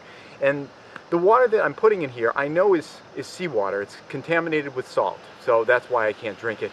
In terms of polluted water, this type of device is not necessarily going to be all that helpful for people, because there are lots of industrial pollutants that will also evaporate right along with the water, and they'll also condense right on the top surface. And you could actually be intensifying pollutants in your water if there are, strange chemicals and whatnot in there.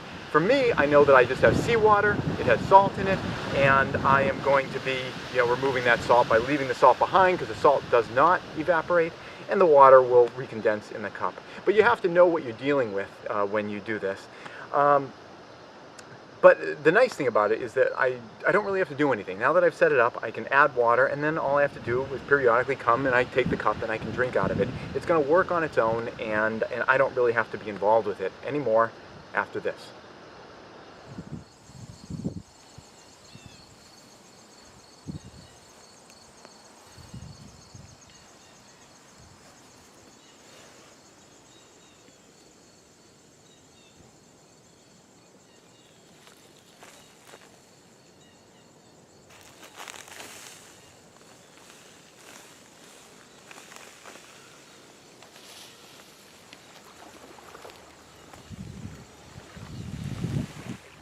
This location could work out really, really well. I've already gone around and I've found a lot of mussels and clams and things like that for food. There are seabirds here, though at the moment I'm not sure how on earth I would catch those, but I'm sure I can figure something out. And even out here there are a lot of these boats, and there's a potential I could go out to these guys, and maybe there's some fishing gear on board. I could get one of them out. I don't know about the motorboats, but the sailboat, certainly get them out and do some fishing. This seems like it was some kind of like a small vacation community, and as far as I can tell, there's nobody here at the moment, but this could also be a potential bug out location for some people. Some people might be on their way here, so there might be competition for all these resources at some point, but at the moment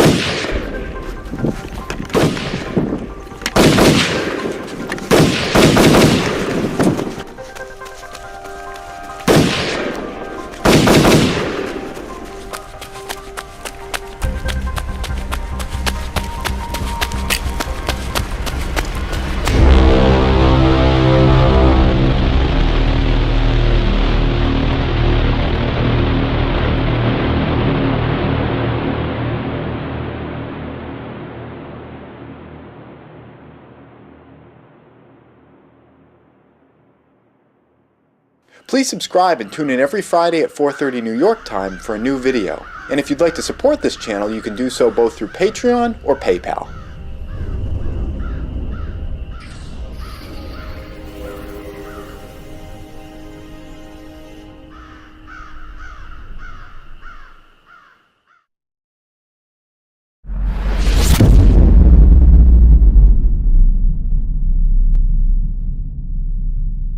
Yesterday was kind of a rough day. Obviously, I got chased off the beach down in town there. You know, I can't be surprised. That was a great resource there, and the idea that there would be other people there is not at all surprising.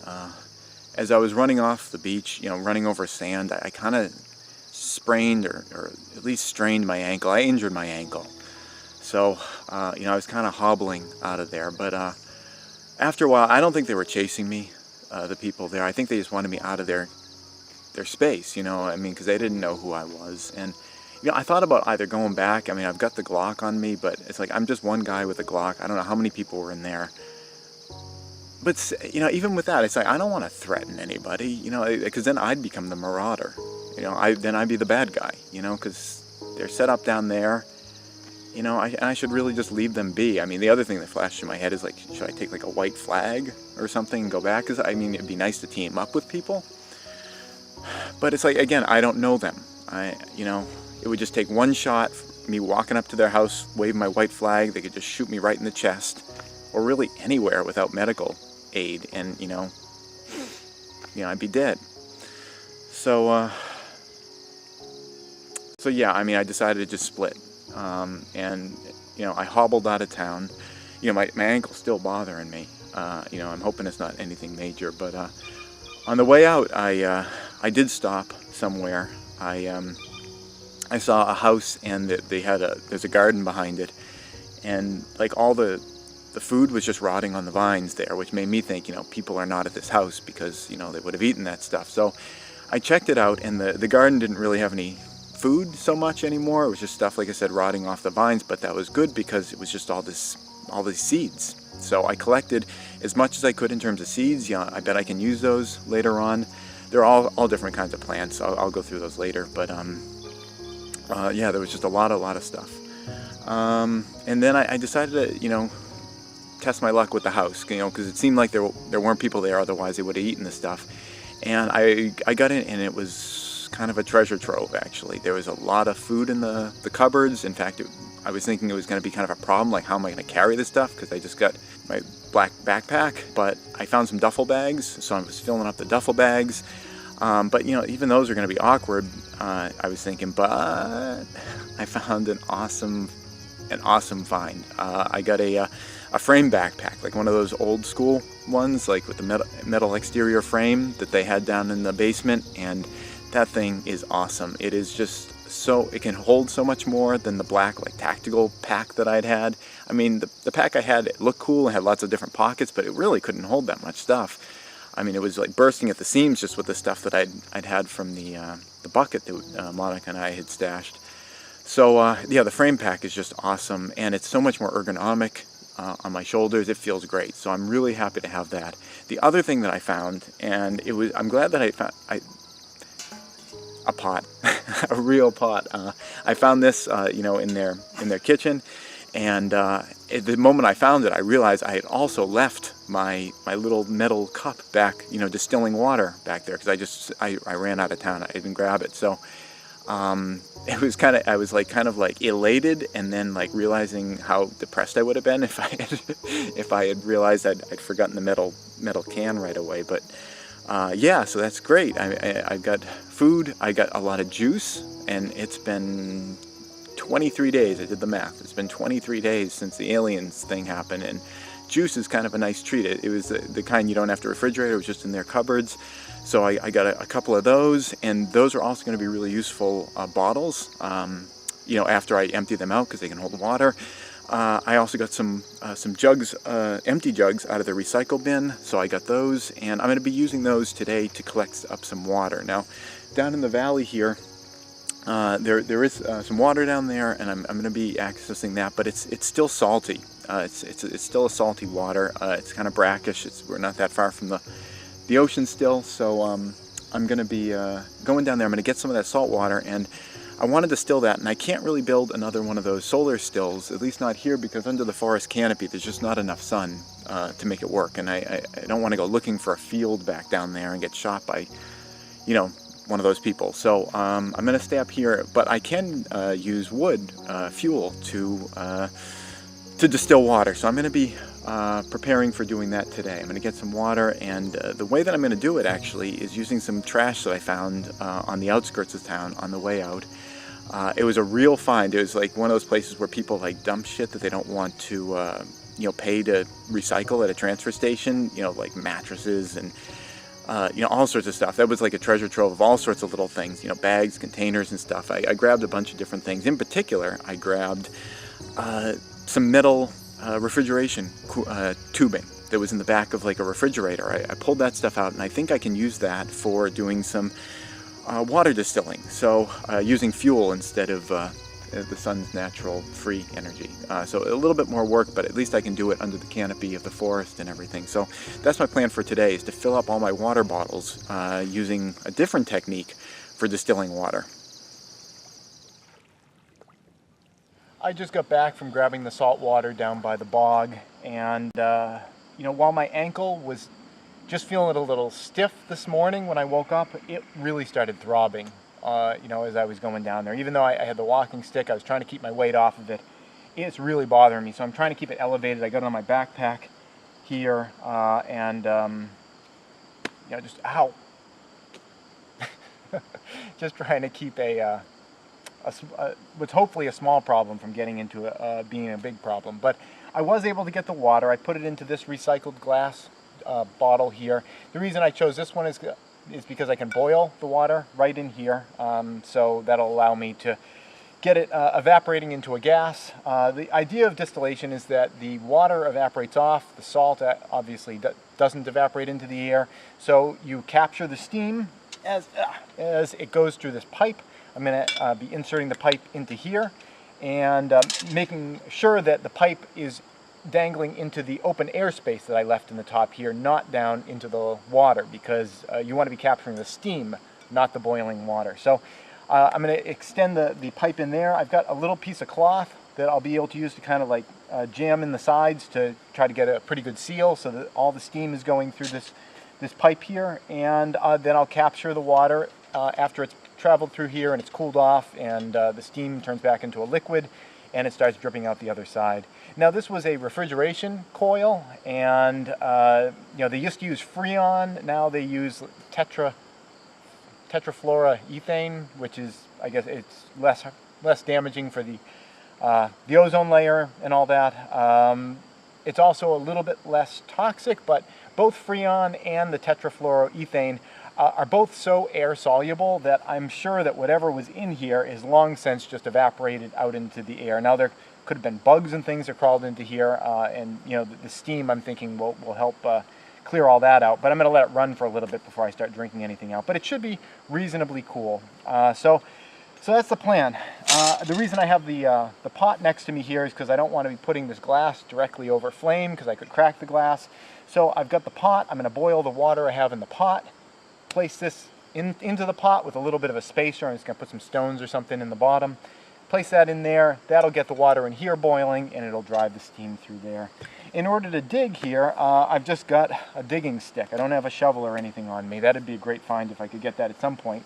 But one great find that I found that was in my pack the whole time is gloves. Gloves.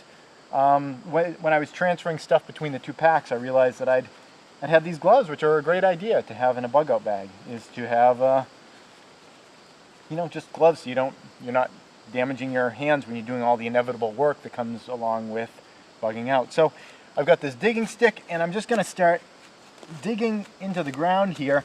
And what I'm trying to create is what's called a, what is it? It's like a Cleveland steamer. No, it's a Dakota foxhole. I'm gonna be wait. It's a Dakota fire hole. It's a Dakota fire hole. But you know, honestly, it doesn't really matter what it's called. What matters is what it does. And what it does is that you have a pit on one side where you're going to do the burning, a pit on the other side which supplies air underground to the burn pit. And the benefit of that is you're doing the fire is burning under the ground. The heat's a lot more concentrated. It's less visually obvious from the surrounding area, and because the burn is hotter and cleaner, there's a little bit less smoke. There's not zero smoke, but there's less smoke. So I'm going to be doing that here and using that to heat this stuff up, because there are still, I know at least some people down in the town, and again, I don't think that they're looking to follow me, but you know, better safe than sorry. So I'm gonna start digging with this guy. The only problem, yeah, there's a lot of roots.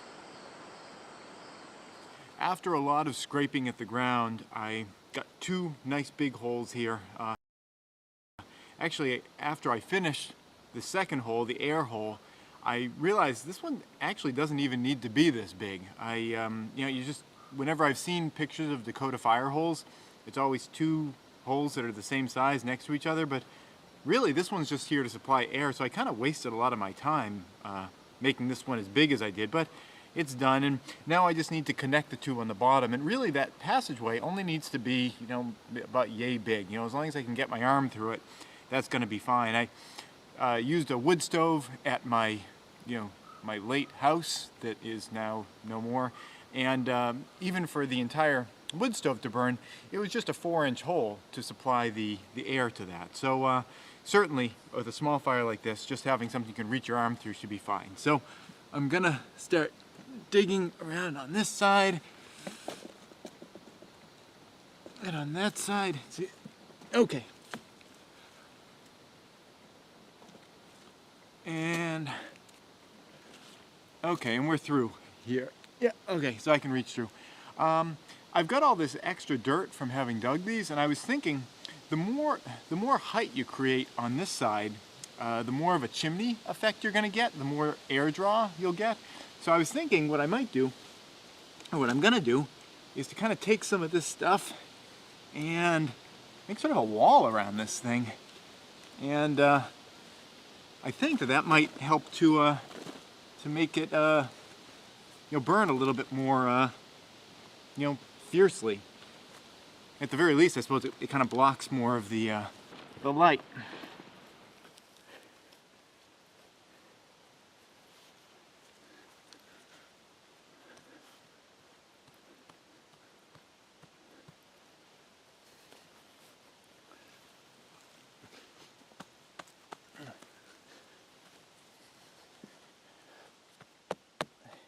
It's only a difference of a few inches, but I think that it might make a big difference. That's what he said, or she said. I don't know. I collected up a bunch of leaves and dried stuff I've got over here. Now it's been kind of misty. Nothing's really particularly dry. But if you go out into the forest, usually underneath cover, you're going to avoid things that are covered with dew.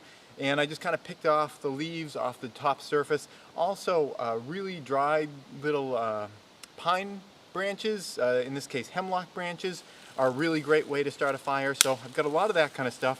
And I want to make just a dense bed of it down here where I can light up those leaves. And the leaves will light the little pine branches. And that should work out all right. Now again, I said that we've had a lot of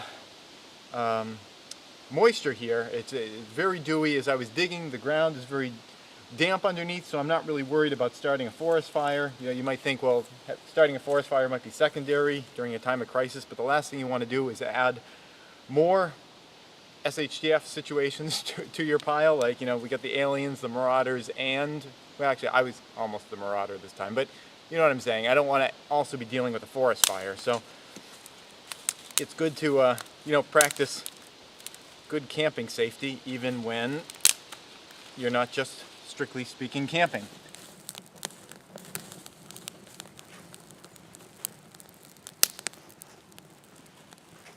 So the leaves are, as expected, lighting up reasonably well. The question, though, is going to be how well the bigger sticks light up. Right now we got some smoke because it's starting, but the whole point of the Dakota fire hole is that it should be heating up and getting rid of some of that smoke, hopefully pretty soon.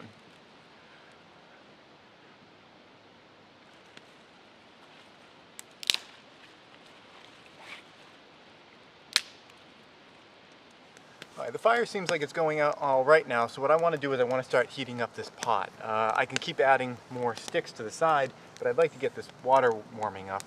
I was thinking that, you know, the fact that I brought these sides up, I think it is going to help with the fire in terms of airflow, but it makes it a little more difficult actually to put a pot on it, because one of the great things about a Dakota fire hole is that you can kind of put the pot that you're cooking on just at ground level, and here it's going to be a little bit more bumpy, but I think I'm sure it can still work, but it was just a consideration I just had. So I've got these two big sticks. These are pretty waterlogged, so I don't think they're going to start burning right away, but I'll have to keep an eye on that. So I've got these guys, and I'm going to use those to support the pot, and I can already feel a lot of heat coming up right there. So again, the purpose of all of this, aside from it just being really cool, is to start desalinating the water that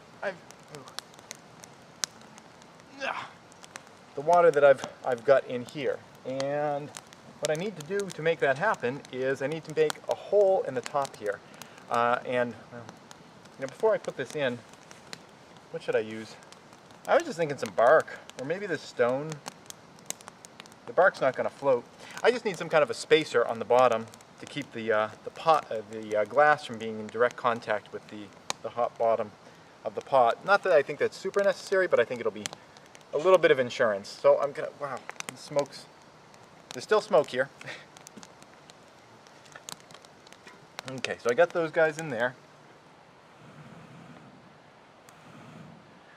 The fire's starting to get big enough where I can blow in the air intake area, and it's actually starting to give it some air that way. So it's starting to come together, and now I'm gonna put this guy in. Now before I pop it in, I want to put this metal tube in here so I can capture the steam as this starts boiling, and I'm just going to use a knife to cut through the lid of this here. So I'm gonna pop the knife in, being very careful, because an injury could get infected. Alright, and now I've got a hole in here that is just about the size of this tube, so I'm going to just see if that fits in alright. Yeah, and it fits in okay. There's just a little bit of a gap, and what I figured I would do is take some of this fabric and I can just kind of shove it in around the hole there. But first, I should probably run this tubing out straight. There we go. So we want it the steam to leave the area and condense over here and then drip over into there. All right, so this will go in, and then I'm going to take this stuff and just shove it around the corners here.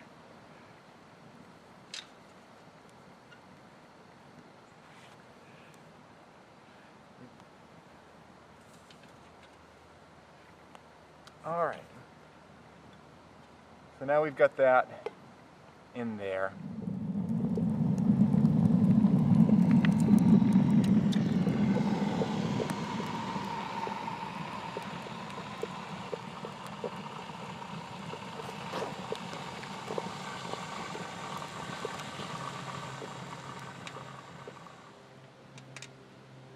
One very important thing to keep in mind when you're dropping the tube down into the whatever vessel you are using for boiling off the salt water is you want to make sure that the tube doesn't go down into the liquid itself. You want to keep an open air space in there. In this case, I have about a third of the top is open just for air, and you want to have the tube in there because you want to make sure that you're capturing the steam and not having the tube down into the water where the pressure is pushing salt water through your tube. So that's very, very critical. You have to make sure that the tube is just in the air and not down inside the water.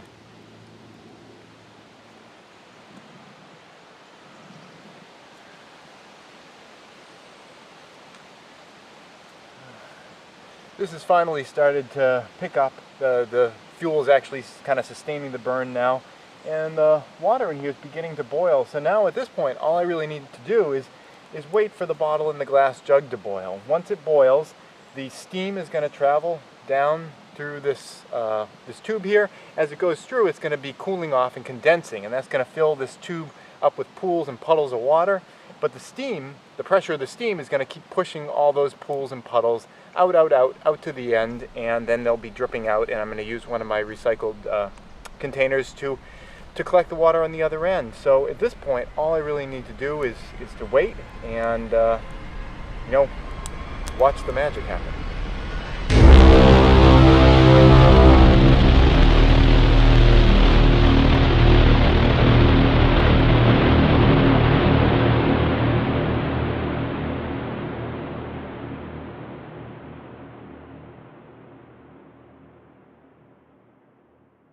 Please subscribe and tune in every Friday at 4:30 New York time for a new video. And if you'd like to support this channel, you can do so both through Patreon or PayPal.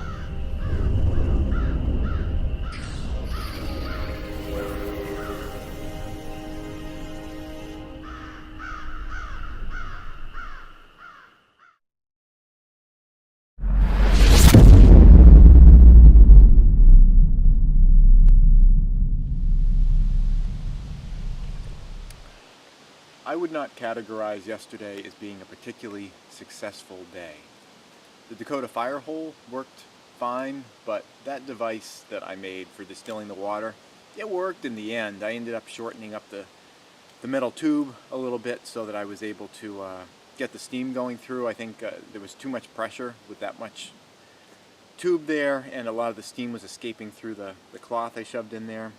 So I shortened up the tube, and I was able to get some water out, but optimistically, maybe I got 2 cups of water. Probably not. And look what I'm drinking this morning is juice, and I spent like all day yesterday working on that thing for a couple of cups of water. So that wasn't cool. And additionally, you know, I know that the Dakota fire hole is great at, you know, having less smoke, but still, you know, I was sending some smoke up in the air, and it's like a day after I spooked these people down in the valley, so I didn't sleep great last night.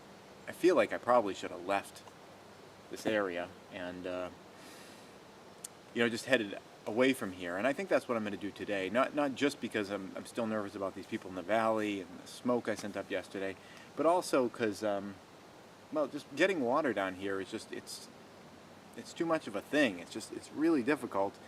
And you know, if I keep going uphill, I mean, I'm sure I'll find a stream or something like that. So today, that's my deal. Is I want to get some distance between me and them, and I want to get easier access to some fresh drinking water. My ankle this morning when I woke up was pretty swollen. It still is swollen.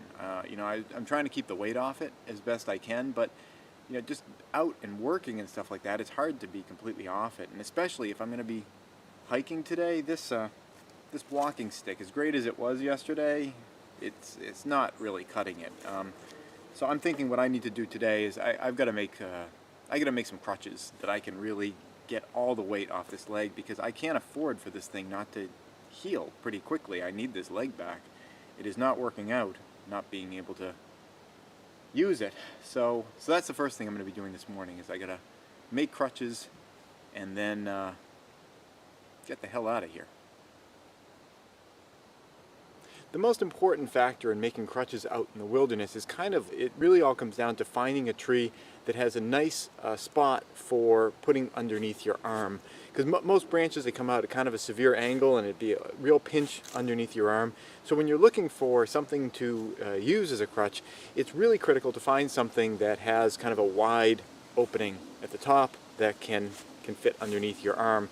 Oftentimes trees that are injured or have an injury in the past and have kind of grown in a strange way will have kind of a nice soft shape at the top.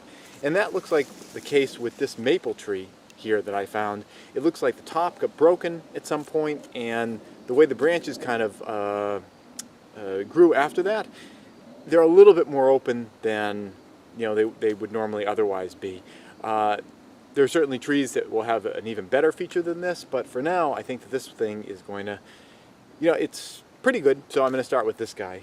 Once you select the tree, you know, just want to chop it down and make sure that you make it extra long, so that you make sure you don't, you know, cut it a little too short on yourself. You can always cut off more, but you know, you can can't really add more onto the tree very easily. And I'm just going to go over this using this wonderful tool, my kukri machete, which I'm so glad that I brought along with me, to clear off all of these extra branches. And I want to make really certain that I leave this and this on here, because that's what's going to support my arm.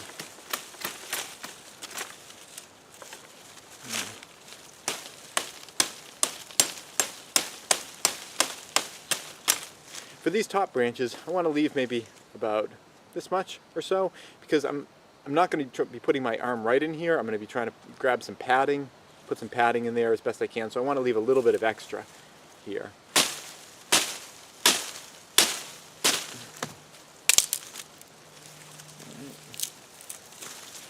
Yeah, this would be a little easier if I had a chopping block.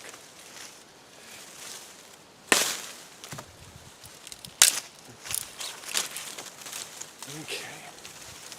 So at this point, this is what's going to go under your arm like that with some padding. So next, I just want to get the rest of this these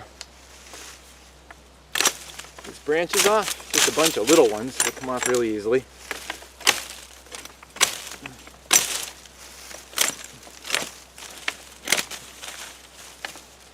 Okay, there we go, and that's plenty long enough. So now what I got to do is stand up and try to get a good length on this thing.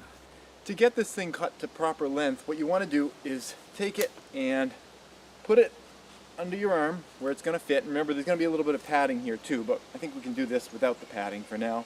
Then take your leg and stretch it out along the crutch, and note where the bottom of your foot ends. And you want your crutch to be just a little bit longer than your foot, so that you can you can take the weight off the foot. So just note on the crutch where your foot reaches down to, and do a chop at that point for length. Now, keep in mind, again, it's always easier to cut these shorter. You can't really very easily add length to this kind of stick. So err on the side of making it a little bit too long, and if it feels uncomfortably long when you're using it, you can always chop it back a little bit more later. It looks like right about here is where I want to have my crutch ending, so I'm going to chop right there.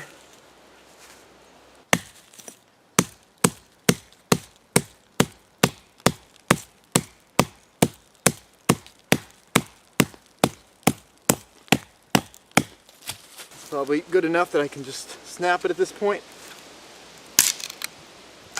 Alright, now I've got a decent crutch. I can pad out the top. I could even use it without the padding, but the padding will make it more comfortable. Now all I got to do is make one more just like this, and that'll make it a lot easier to walk through the woods.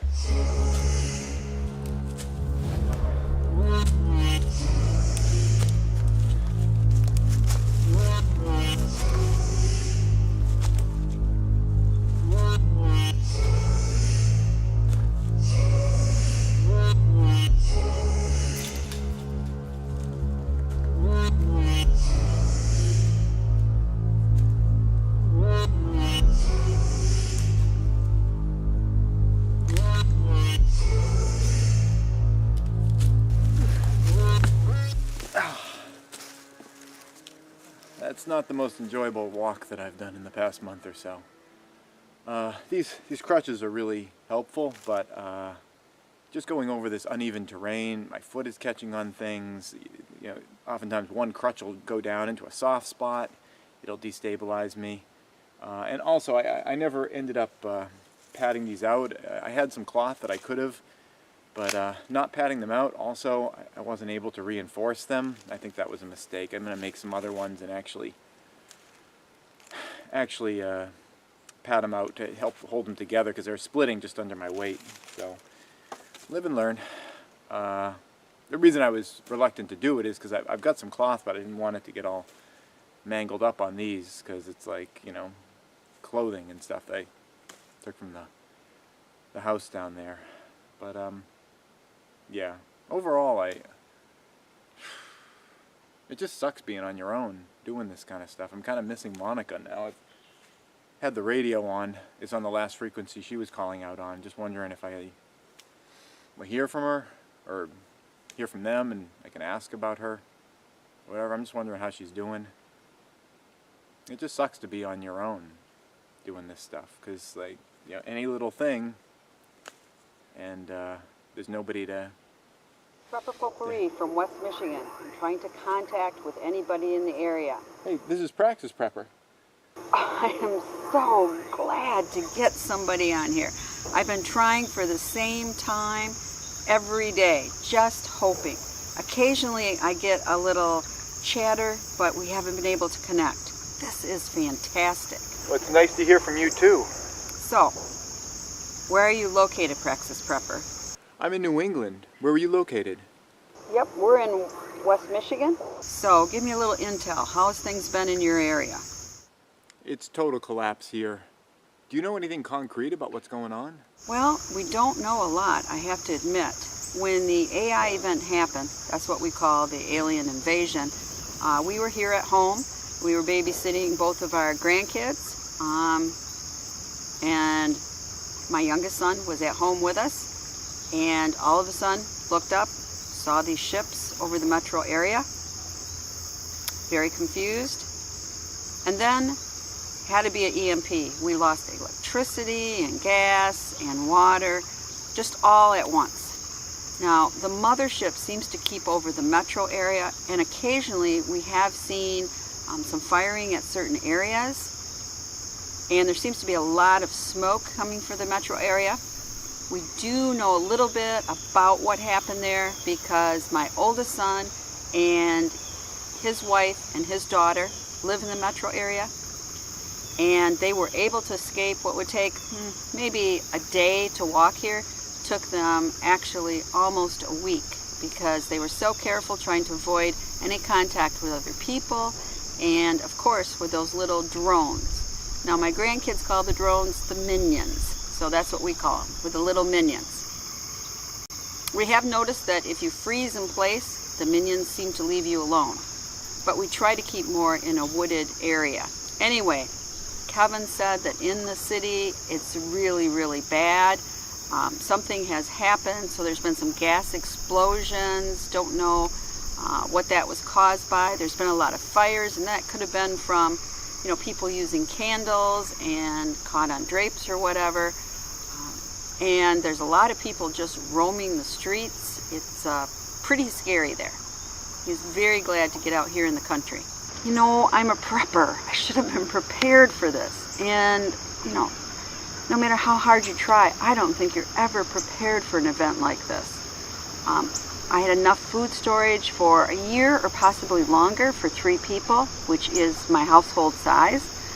But now we're up to 5 adults and 5 children, and I'm hoping to make that food supply last at least 3 months. And that really changes the game. So we are really busy foraging and doing a lot of activities trying to extend our food. So this is one of 2 traps that we have. This is a have-a-heart, and I love this one the best. It's really easy to bait and set. And 2 nights ago we caught a nice big fat woodchuck, and last night that was woodchuck stew for dinner. So I'm going to be baiting you again and hoping to catch a brother or a sister. Now I wish we had more of these traps. Now we've been using our sun oven a lot for cooking, but also for dehydrating. Both my sons were foraging in the woods and found a bunch of morel mushrooms, so we dried them here in the sun oven. So here are the morels, all nice and dehydrated and put in a jar, and hopefully we'll have them this fall when food gets a lot scarcer. And I really miss refrigeration. You know, we take things so for granted, but it's so nice to keep something cold. And of course, I miss a freezer, but just refrigeration would be nice. So this is what we've done. We, down the creek a bit, where the spring feeds it, we've put in a big cooler. It's not a Sub-Zero, it's a Sam's Club Sub-Zero knockoff. And we immerse that, but water can't get in, and that has really helped keep things cold, and so far it's working great. And the chickens, that's something else to think about. I always have enough feed and cracked corn to last at least 3 months, But here's my concern: if this AI event happens all summer long and into the fall and winter, what am I going to do in the winter? I mean, they can't forage. So I have one of these cages from an old fruit tree that I made. So my husband and I are going to use this and make a temporary pen that we can move around for our 5 chickens, so they can get a lot of good earthworms and green grass and other weeds, and hopefully supplement enough of their feed that we will be able to keep our layer mash and our cracked corn for the winter in case this still is going on. Oh yeah, and that's the other thing. I have never walked around outside or inside always carrying. Heck, I have to admit, half the time I didn't even lock my house. But now I do, and this is my Kimber 1911, and it's really the heaviest gun I have. I'm amazingly accurate with, so I've decided to carry this with me at all times. Oh yeah, and just basic hygiene. You know, we're used to taking a shower every day with nice hot water. And believe me, with some of the activities we're doing, we're getting dirtier than usual. Here I am wearing this beautiful headdress, a bandana. Yes, I am now a babushka grandma, but the honest truth is, no electric curlers. That's right, with no electricity, there's no electric curlers. So I could sleep on rollers like when I was a kid, but very often instead I'm just putting on this bandana and covering up my very, very frizzy hair. Behind me is one of the ways we are bathing. That's right, we inflated the kids' pool and we're letting rainwater fill it and letting the sun heat it up. Does it get really hot? No, but it's tolerable for a bath, and it sure is a lot easier than lugging up all those buckets from the basement of water and heating them outside on the fire and then putting them in the bathtub. So right now, this is working for us for our bathing area. Well, I should sign off. I'm trying to keep positive, positive outlook for everyone, because it's really, really hard on my grandkids. They keep asking me, when will mommy and daddy meet us? And I just have to say, they're at home and they're safe in their basement, and that's where they need to stay. But I don't know if they're safe. I can only hope, and my heart just aches. And I'm a prepper, so we love to be in control. And here I am. I know nothing about the AI. Who are they? Why did they come? What do they want? How long are they going to stay? Will they destroy all of us? Oh, I'm telling you that not knowing can drive you crazy. So we can only do our best. And I really appreciate this talk and being able to talk to somebody else. And I hope we can kind of establish a network where we could all check in, maybe at a certain time. Well, thank you, Practice Prepper, and be safe. Good luck to you too. So that's what I'm talking about. Yeah, they got a group. There's something to be said for that. Well, I don't think those people down from town are necessarily following me, but better safe than sorry. I'm gonna try to put in some more hours of hiking before the end of the day.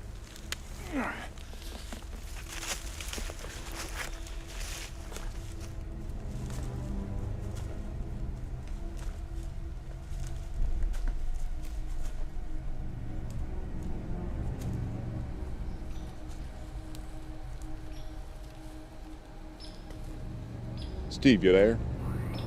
Yeah, I hear you. Yeah, I found him. Okay. Well, what are you gonna do? What do you think?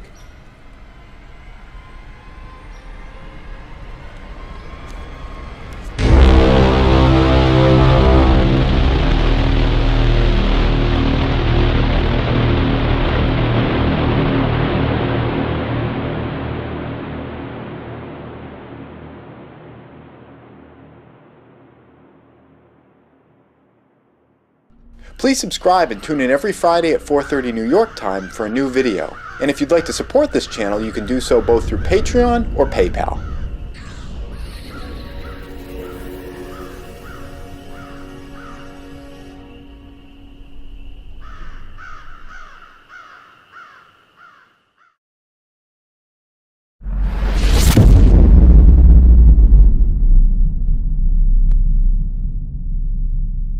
Today's day 25. Yesterday I hiked as much as I could, but my crutches started to fall apart, like splitting up at the top.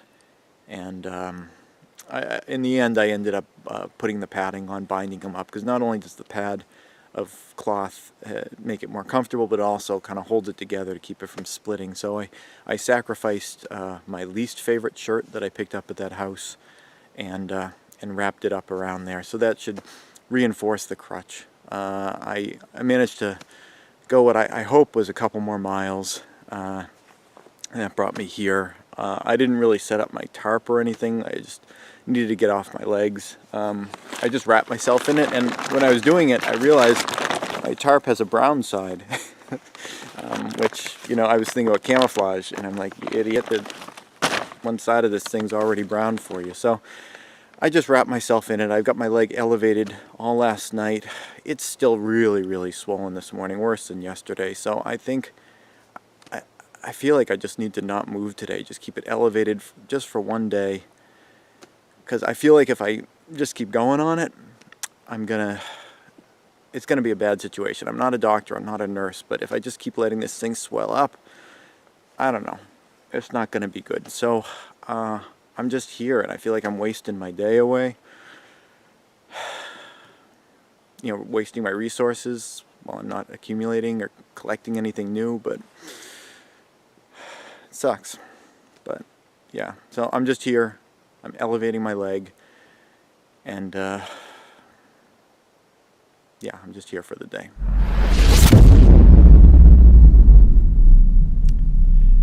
Yesterday feels like an enormous waste of time.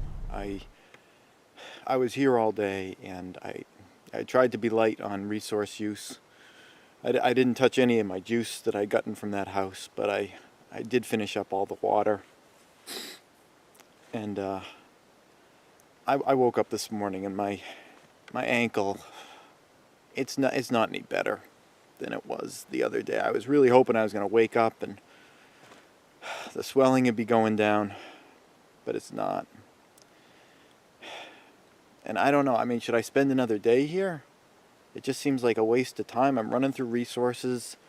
I'm not collecting anything. Monitor this group of frequencies for 26 more seconds. Repeat, this is LTAP scanning. Hello, this is Praxis. My name is Tyler, and I'm talking to you from a small town in the Pacific Northwest, where we've been completely surrounded by the alien invaders pretty much since it started. I'm calling you from a safe house for the cyber activist group Synonymous. They turned this room into a sort of Faraday cage, and I found this box labeled Tactical Ham. So I opened it thinking, well, inside of it was this device that seems to monitor ham radio frequencies, and that's how I'm talking to you now. How are you talking to me? Yeah, I'm just calling you on a ham radio. It's pretty much all I have after I blew up my house. It's a long story. Wow, it sounds like you've been through a lot, Praxis. I'm sorry to hear about your losses. Things have been quite a bit different here. The military put our town under martial law as soon as they knew about the aliens. And when the aliens arrived, there was a massive air battle and then electromagnetic pulse, and we've been completely cut off ever since then because the aliens formed sort of a ring around our town, and they vaporize anybody who tries to leave or who tries to fight them. Things were pretty much just pure chaos in the few days following that.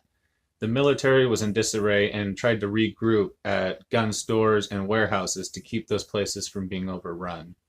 And when people realized that they couldn't get anything at these places, they just diffused into the neighborhoods, and that's where a lot of the panic and fighting and killing happened. The next few days were just really ugly because there was a lot of fighting and a lot of people were dying from the fighting and just in hospitals, people who lacked medication that they needed. and everybody was just in a horrible mood, even if they had food, because it was just so stressful and everybody was panicking. But I was fortunate enough to be able to go to my friend's house. She lived alone and was happy to have somebody there to help watch her back. And she's sort of a small homesteader, like a lot of people in this area. And so we were able to just lay low with the supplies that I had in my car and that she already had, and some of the small animals that she kept. We were able to just lay low and stay out of a lot of the fighting and the desperation of those first few days. We started talking to some other people around here because there were a lot of people who just had enough food to last for a few weeks without having to go fight and die over it. And a lot of us were pretty scared that the military or some of these groups would start to show up and sort of exert power over the area because we're just in our little microcosm of a town here. But it actually turns out that some of the community leaders, like church leaders, the military guys, the sheriff, they were actually forming sort of a backbone of a mini society. Because they had the guns and the food, they were actually starting to have people who came to them for food work for them and start to form sort of factions that were producing resources and keeping people safe and keeping things from entering a survival of the fittest kind of situation. In fact, lately, most of the problem has come from people who have been so scared that they have stayed hidden until they're desperate enough to kill for food. And they come out and they fight people who actually do have enough food that they could share it with them. But these people are so desperate that they think that they're in a survival of the fittest situation. That's actually what led us to do door-to-door sweeps, which is how I found this safe house today, because we want to find these people who are hiding before they either starve to death or come out and try to kill somebody for food that we would be able to freely give them. In fact, Praxis, things have been stable enough here that there's been a little bit of a barter economy growing, where people have enough food to trade some of it or trade it for other things that they need, like bullets or medicine. In fact, my friend and I have been doing pretty well for ourselves between the skills that we have to offer for other people and a large quantity of quail that live in the woods behind our house, and which we're able to catch pretty regularly.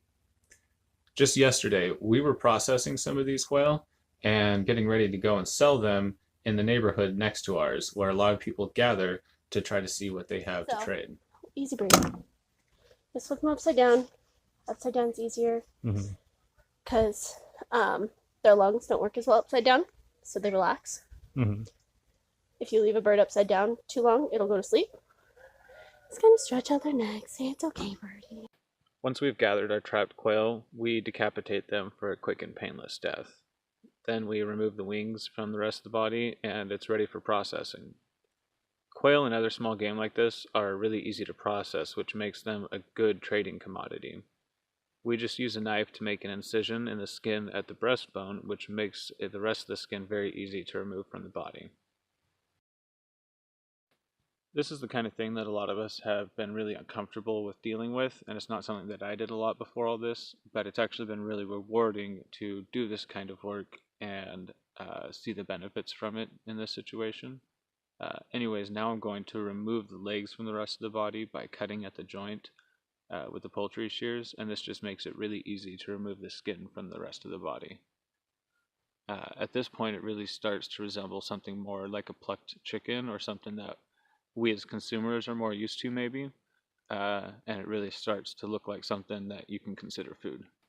Small game animals like these quail are just such a good resource, especially for us here where they're so abundant, because we're able to get a lot of meat from them. We reuse the feathers to make lures for fishing. Her pet dogs have always had a raw diet, so to them this is just a normal life. They're able to use a lot of the scraps.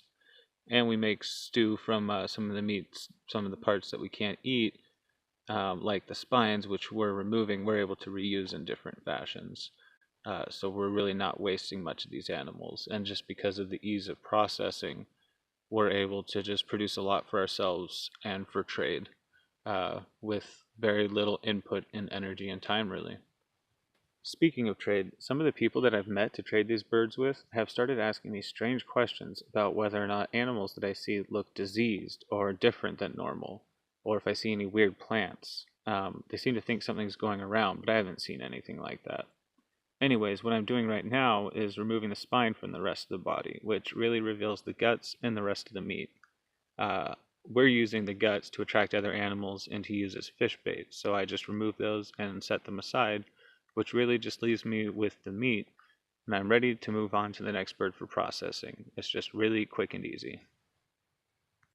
And then when we're done processing the quail, we can take them to the next neighborhood over where there's sort of a barter market that's already sprung up. And it's pretty crazy to see what people want to trade there. We've been doing pretty well for ourselves, obviously, because fresh meat is always in high demand in a situation like this. But, you know, things like firearms, gasoline, water filters have been just the top shelf items. And obviously things like medications like ibuprofen and then, you know, cigarettes and alcohol, just vice items, are worth more than their weight in gold, because obviously people can't eat gold and it's not as popular as more practical items right now. It's just been really crazy seeing this barter economy, and I wish it was something that I knew more about before all this.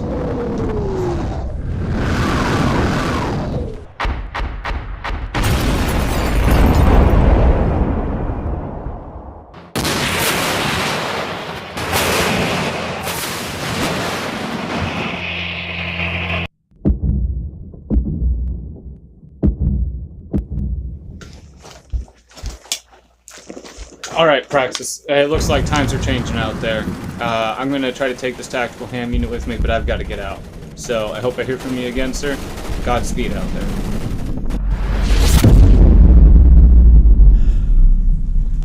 It is really cold this morning. I spent the rest of the day yesterday here, and the swelling in my ankle has actually gone down just a little bit this morning. Maybe it's the cold, maybe it's the 2 days of elevating it, but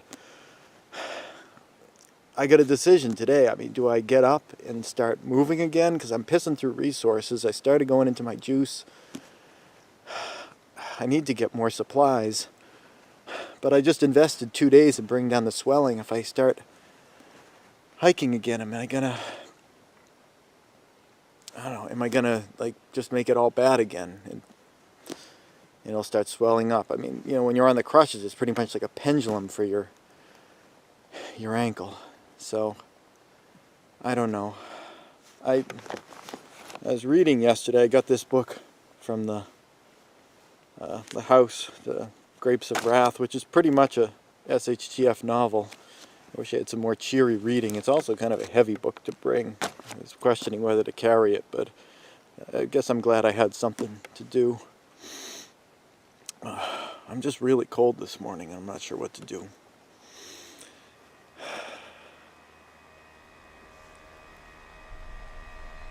I remember those guys.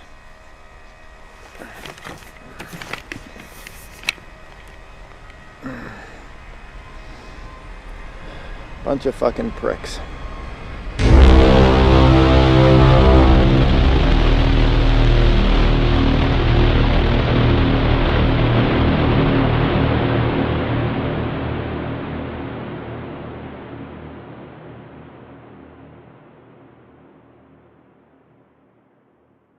Please subscribe and tune in every Friday at 4:30 New York time for a new video. And if you'd like to support this channel, you can do so both through Patreon or PayPal.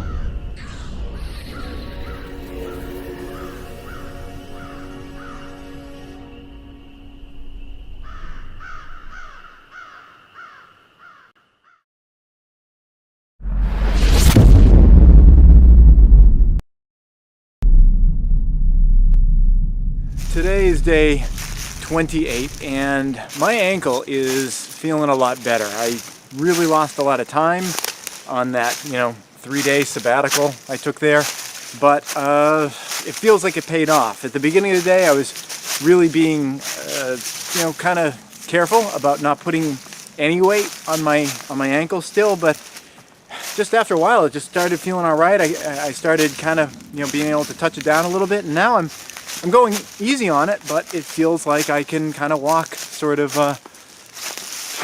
normally. So yeah, what I'm doing now is just moving up into the hills, and the forest is already kind of turning into the kind of forest where I'm expecting to kind of come across some streams, and things like that around here. So yeah, it just seems like this is going to be a good spot. And what I'm looking for is just a really good place to kind of set up some sort of a shelter. You know, I'm not so far away from that beach town still that if, you know, I felt I needed to, I could go back there. And this area could be all right. So I'm looking for a spot that has, you know, the criteria of a good, you know, camping shelter spot. Someplace I don't have to worry about getting flooded. Someplace where I'm not going to have a lot of wind blowing around. Just a place where I can create a nice sort of semi-permanent place to kind of regroup and figure out what my next step is going to be. And again, winter's coming, so I need something. I'm also going to build a small kind of fireplace or wood stove so I can keep warm, just burning dead stuff. So I'm looking around and seeing what I can find that might work for a good ultimate shelter location. That's what they always said on television, right? Ultimate everything. I'm glad I got my ankle back.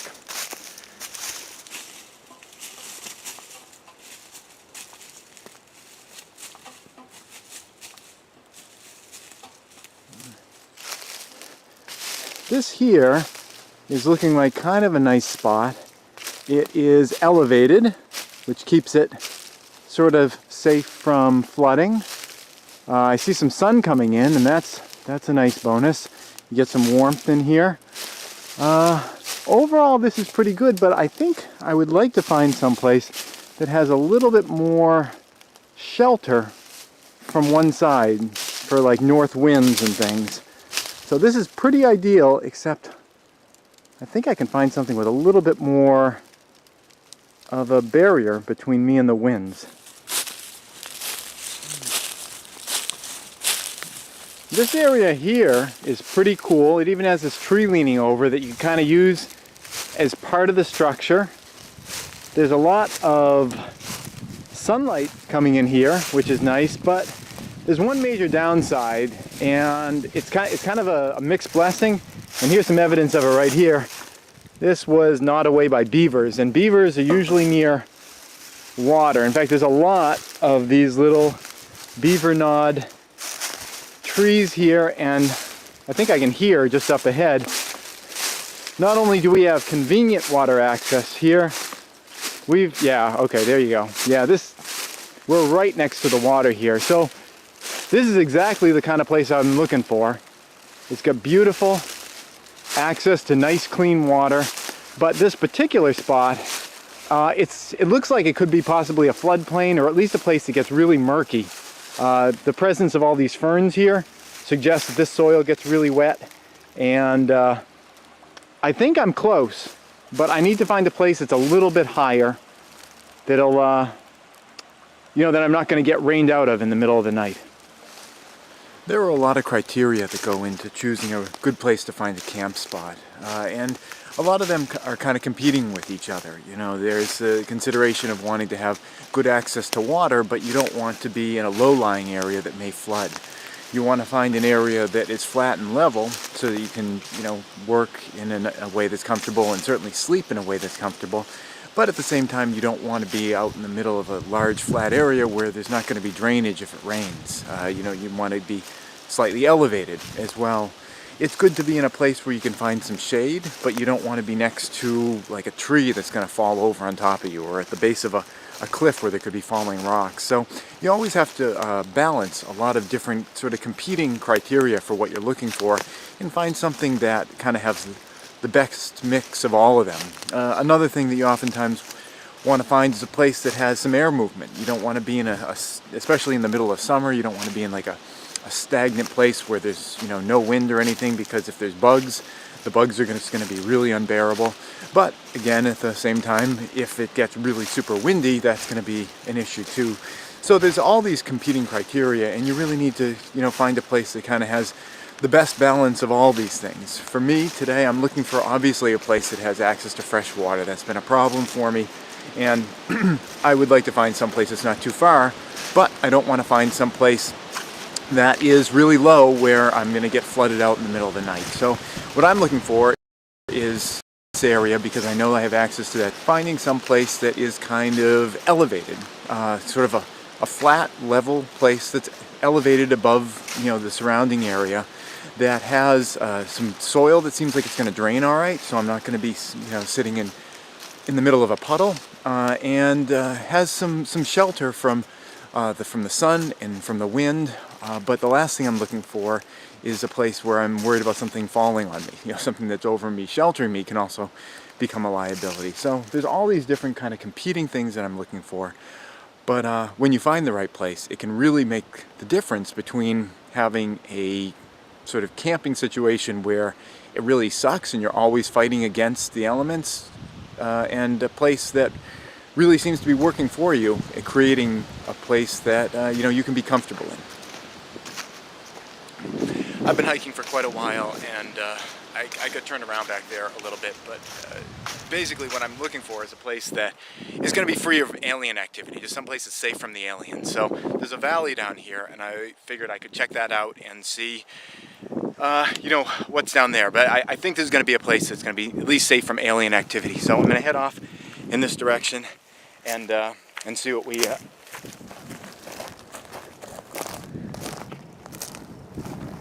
okay, yeah, clearly that's not going to work out.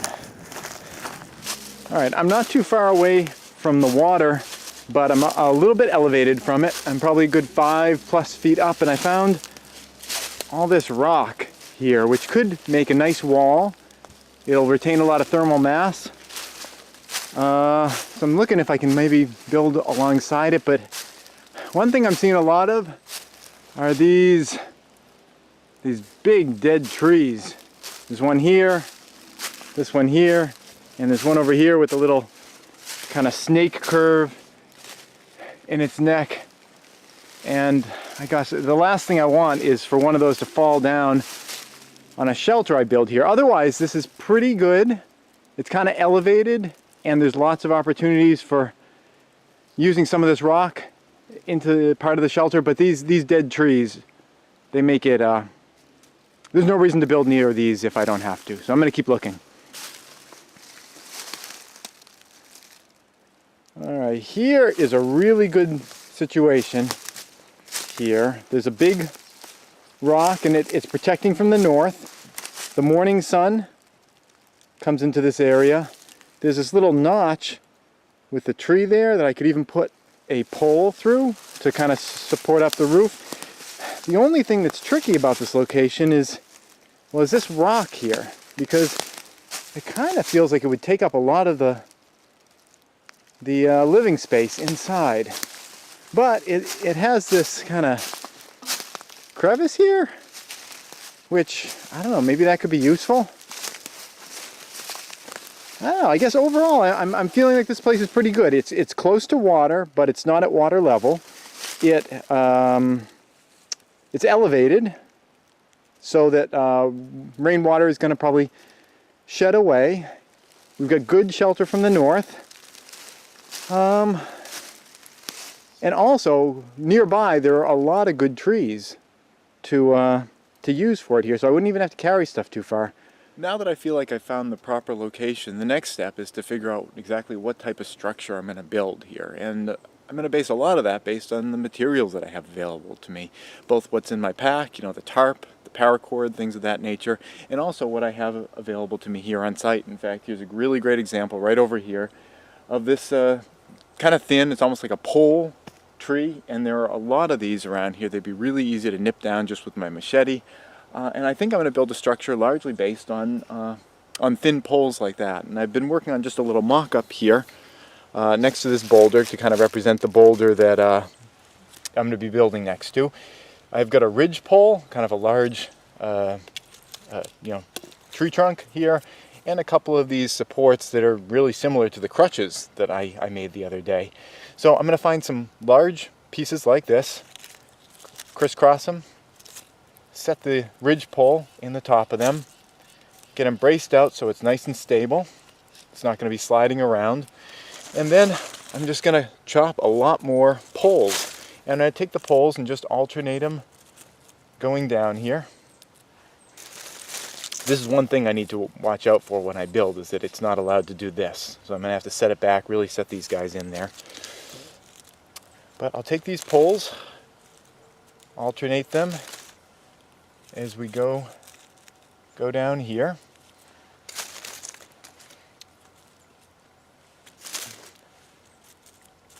And these don't have to be super close to each other, because these are not really what's going to be stopping the wind and the weather from getting in.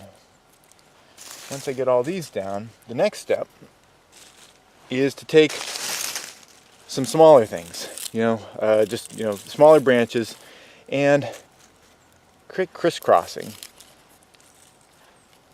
across all this area. Just sort of fill it in kind of like a mesh. And this doesn't have to be pretty. The idea is just to make kind of a mesh that's going to grab the next layer that we're going to put on. There we go, there's some like that. And the next layer is going to just be leaf material. And I'm also going to be digging material out from the inside, a denser dirt material, and that can go over the top surface. And I'm really just going to kind of build this whole thing up. I'm going to do that on both sides. And then once I do that, I'm going to put a tarp over the top. The tarp that I have, obviously I would want to trim these so that these spikes aren't sticking up. They'd obviously poke through my tarp. But I'm going to get a tarp in there, and a tarp over the top. And that should get this structure fairly cozy and able to be warmed up and keep it free from rain. I'm going to try to put a wood stove inside here. I'll build like kind of a fireplace out of some stones. There are plenty of free stones that I can pick up. And the trick is going to be making sure that that's done in a safe way, so I'll be addressing that tomorrow, I think. It's kind of late in the day today. I did a lot of moving today, and I think this is something I'm going to jump on first thing tomorrow morning. But it feels good to just have this amount of distance, from where I came from. I can feel like I've got a fresh start. I don't have anyone looking over my shoulder or breathing down my neck or any other cliches. And it kind of feels good. I mean, there's going to be challenges out here, but first thing tomorrow morning, I got to start working on the shelter, because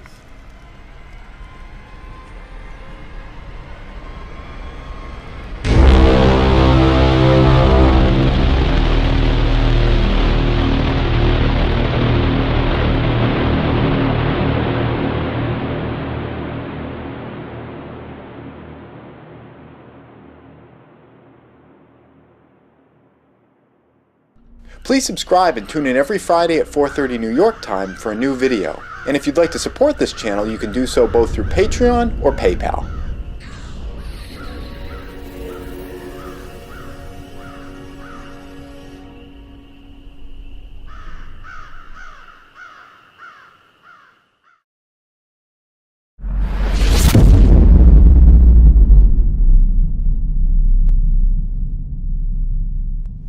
Today's day 29, and it was really, really cold out last night. It was windy. In fact, right here behind me, I heard this one fall just last night when I was trying to sleep. I was just over here.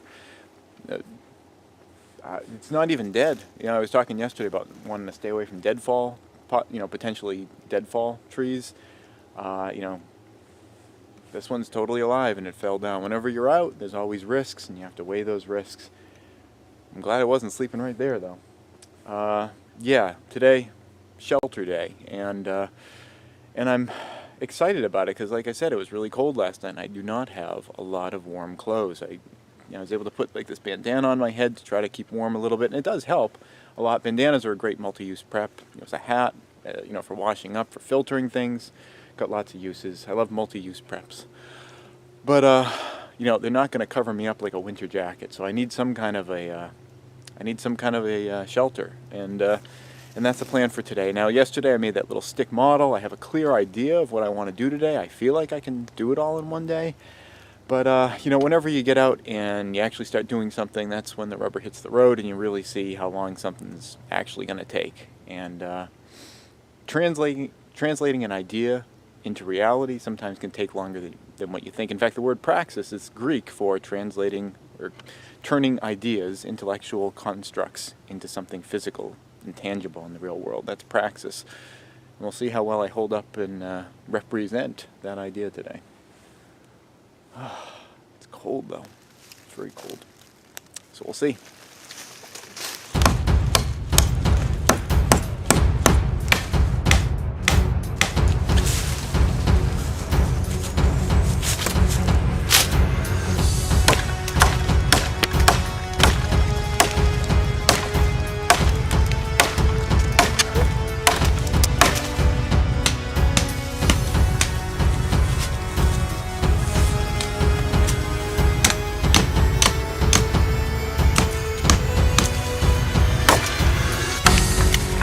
When you're chopping down trees using either a machete or just a regular axe, the easiest way to remove the most wood at a time and to get the thing separated from the ground is to chop in two directions. And I usually start by doing kind of a downward 45-degree angle kind of chop.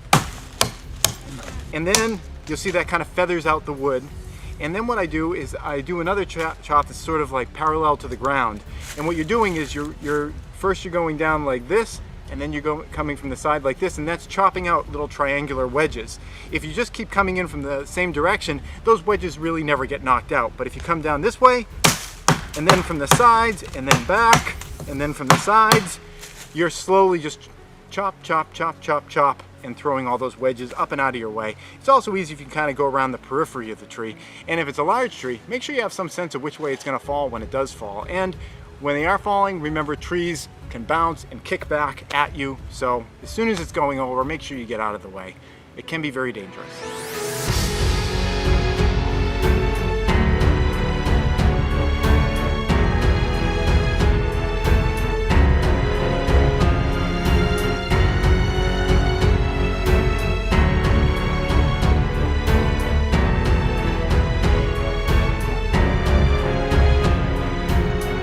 This right here, this is exactly what I was talking about when I said if I just had heavier crutches, I could use those to hold up the main pole. What I'll be able to do is just run the main pole right through here. I'm going to get another one to correspond to kind of stabilize it left to right. And between this and one more, I've got the main poles for my lodge already. So this forest is really easy to work with, and my ankle's still feeling all right. Definitely, I should have considered putting on my gloves before I started getting a blister. It's the most effective time to put them on, but at least I got them now. Well, I've got the three major structural elements of this shelter all set. I've got the ridge pole, and I have the two supports that go on this end. And I've been trying to think about how to kind of do these all by myself. Usually it's a lot easier to do all this stuff if you have two people, but I think I figured out a way of doing this where I just can use myself. So I put this one through, and I've got my two other structural elements here. And if I can just get one of these up in here, like that. All right, and then I can pick up the other one, and I think just slip it right in. Really dig these down into the ground so they're not slipping and sliding after the fact.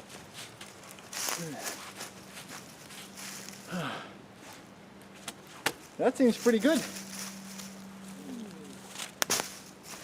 Was that a test or an unnecessary risk? It worked though. One thing that I really like about building these sorts of primitive structures is that you're always working with materials that you have right on hand, right in the landscape, and I think it gives it a really nice quality to it. I know what I'm working for now is, purpose and function, not so much the aesthetic of how it looks, but as it comes together, it does have a certain beauty to it because it's drawn right up out of the local environment. I think with a lot of residential, contemporary residential construction now, it's something that's really lacking. Things are just done in such a cookie cutter sort of approach. Materials are shipped in from God knows where, really far away, and it makes everywhere to some degree kind of look the same. It's almost like kind of a Walmart effect where you walk into a Walmart and today you walk into a Walmart and it's probably a different experience, but in the past, a month ago, you walk into a Walmart and you really couldn't tell where you were in the country or in the world because everywhere pretty much was built in the same way and it always looked the same. So I think it's great whenever you're you're doing any kind of a building, if you can take at least some materials from the local environment, it just gives it a real beauty, a real classiness. And again, that's not what I'm working for today. I'm working on not freezing to death today, but still, it's an aesthetic that you can appreciate, even if there's maybe some other higher priorities. As I'm grabbing all the sticks for the side poles, what I'm doing is I'm going down one side and clearing them off of branches, and that's going to be the side that faces inside the structure. But on the outside, I'm leaving the branches on there. Not only are they going to offer some protection from rain, just being there, I mean very minimal, but some. Also, having all these little sticks stick out is going to help me to stack things onto the side, and these things are going to act as little hooks to hold up all the shingling that I put on the outside to try to shed water away. So only cleaning it on the inside surface. What I'm going to start doing is taking all these just random sticks and things like that, and I want to be crisscrossing them over here, making a bunch of X's all up and down this side. And once I get a dense enough mesh of these, what I can do is start taking all the leaves from the forest floor and covering it up on there. And that is going to start making a wall that's not only impervious to being seen through, but it also has a lot of insulating properties because of all the air that's trapped in all of these leaves. So I've got a ways to go, but it's starting to come together. I decided that before I filled in all the walls here, I'd like to work on the wood stove area, kind of the fireplace, because it's easier to carry the stones in while there aren't walls. I can just walk right in and place them, and it's coming up reasonably well. I've got this opening here where I'm going to have my burn area. I don't want to make it too big. It's just easier to manage a small fire. So I'm going a little bit on the small side. And if I have large sticks, I can stick them in from this end and they'll kind of burn as they go in. I'm building it really strong all around with lots of extra reinforcing stone on the side to kind of just hold it all together, because as things warm up and heat up, they shift, they crack, and I don't want the thing collapsing in on itself in the middle of a burn sometime. I'm working on a chimney area up here where the exhaust gases can come out. I'm just kind of piling the stones up and around it, paying really close attention to getting them nice and stable in there.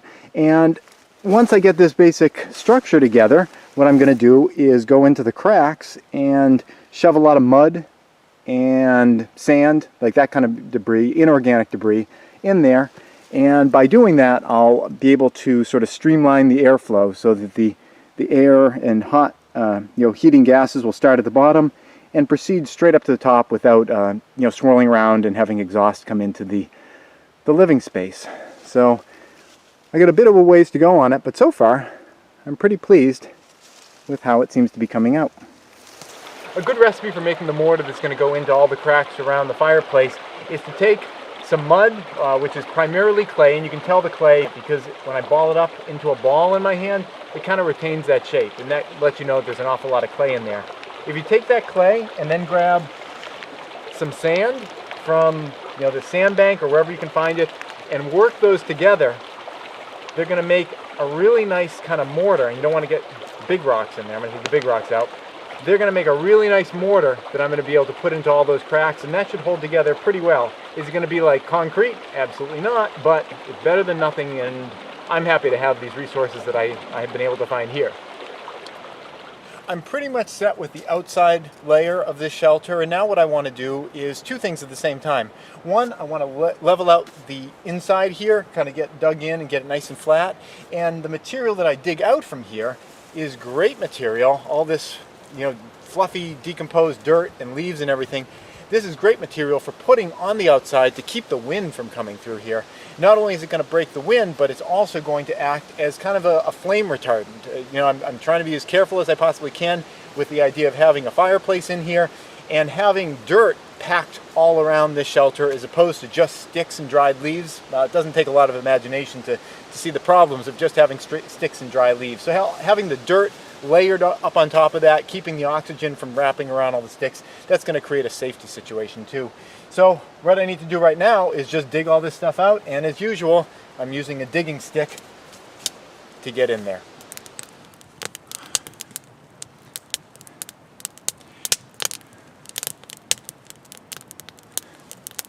I'm just finishing up the fireplace area here right now, and I did a quick burn earlier, and I found that a lot of smoke was still coming back into the living space. And I looked in and I noticed that there were a lot of holes in the back of the fireplace where air was able to get to the fire, and that gave it an awful lot of air, and then the smoke could kind of go up wherever it wanted to. And again, like I said, a lot of it was coming in the front here. I tried to patch up as many holes as I could, but I feel like if I patch up the holes in the back that are feeding air to the fire, and all the air that's going to go to the fire has to go through the front, that's going to create a natural draft that will prevent that smoke from coming out this way. So I'm taking a lot more mud, patching up the back, smoothing the sides up on the inside, and getting it so that there's one entrance and one exit so the air comes in the side and out the top.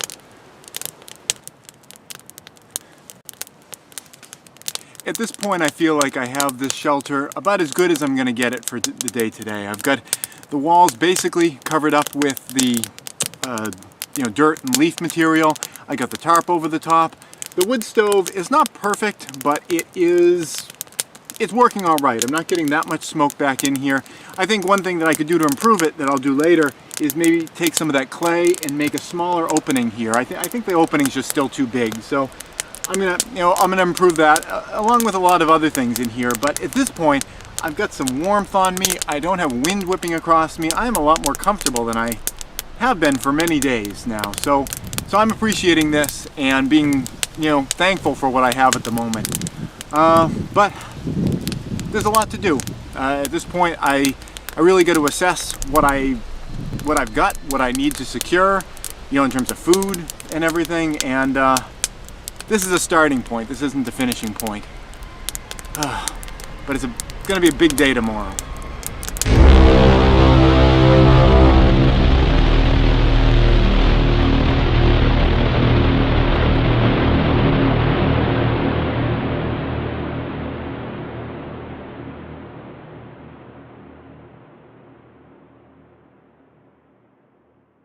Please subscribe and tune in every Friday at 4:30 New York time for a new video. And if you'd like to support this channel, you can do so both through Patreon or PayPal.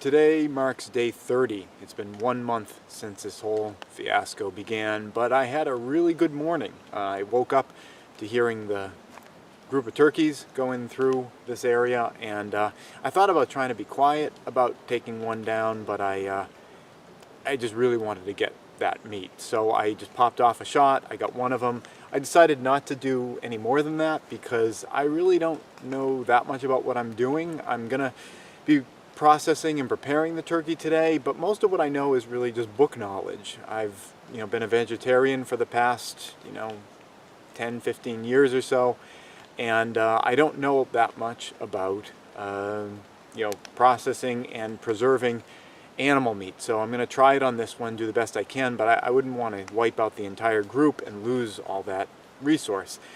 Turkeys tend to stay in the same area, so I'm sure we're going to cross paths again, so I figured it made the most sense to keep it alive. Aside from that, today I really thought it would make sense to go through all this stuff. I still have all that stuff that Monica and I had popped into the barrel. I mean, I've eaten through it. This is a lot lighter than it was before, but I only have the vaguest sense of how much food is in there. So I really want to catalog everything that I have and try to get a sense of how many days I've got.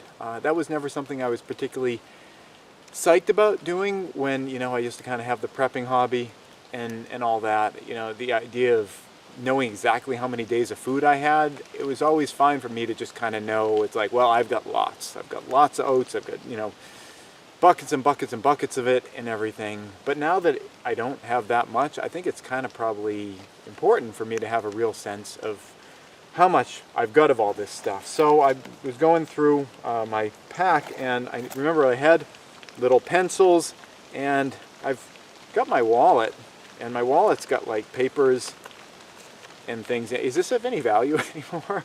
I was trying to think about like some paper where I can make some lists. I don't know, the money may still have barter value. The credit cards can probably go. But anyway, I've got some scraps of paper, receipts and things I can certainly spare. I'm going to go through and catalog everything that I've got today. But first, primary responsibility at this point is to take care of that turkey and get that meat preserved so that I can, you know, keep it. I don't think it would be a good idea to just gorge myself on the entire turkey all at once. Granted, I'm going to have a lot of it today. I thought maybe I'd make myself a little bit of soup, but I don't have canning materials. I can't can and process the turkey in that way. I'm going to have to dry it, and I think I'm going to try to do pemmican. That's a really simple recipe that I think even my simple brain can remember, and that's my plan. But first, I got to get that whole thing cleaned and disemboweled, which I'm really psyched about, especially because I don't have any latex gloves. For cleaning this turkey, I've got three main components here. One is the piece of string that I'm using to tie it up to this tree. The second is a knife. I would like to have some rubber gloves, but I don't. So my third component is hand sanitizer, and I pulled this out of my pack early so I don't have to go rifling through my pack later with disgusting hands, because my hands are going to get disgusting. So the first thing I have to do now that I've got the thing up is to put away all the tools, really, and I just have to get all the feathers off of it. In the past, I've skinned turkeys and things like that I've found is roadkill, but this one I want to keep the skin on. I want to keep the fat content in the skin because that's one of the ingredients in making pemmican. You take the meat and you take the fat, and you know, process them, and then you combine them back together. So I want to preserve as much of that as I possibly can. So I'm going to start just by pulling all these feathers off of it. They actually come off pretty easily.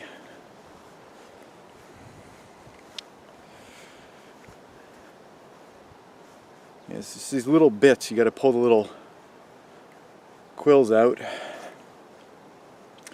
This actually kind of reminds me why one of the reasons why I wanted to become a vegetarian in the first place is that this is pretty horrifying to do. I think most people that eat meat don't really realize kind of what goes into it and the fact that it's actually death and killing. And kind of gross, to be honest. I mean, I'm tearing the feathers out of this creature's skin. I guess the proper way of doing this, to make it really, really easy, is to take the bird and you kind of quick scald it in hot water, and that's supposed to make this even easier. But this really isn't too bad. They're coming out pretty. They're floating around a little bit, but you know, it's not too bad. Okay, and what I'm going to do is I'm going to do all the areas that I'm essentially not going to be chopping off. I'm going to be cutting the legs off later, the tips of the wings I'm going to be cutting off, I'm going to be cutting the head off, but anything that I'm not going to be cutting off that's going to go into the pot later to cook, I want to get the feathers off. I don't know if there's any nutritional content to feathers. Probably not. I don't know. I can save them. I suppose they could be used for things like fishing lures, actually. That would be kind of a cool use for these.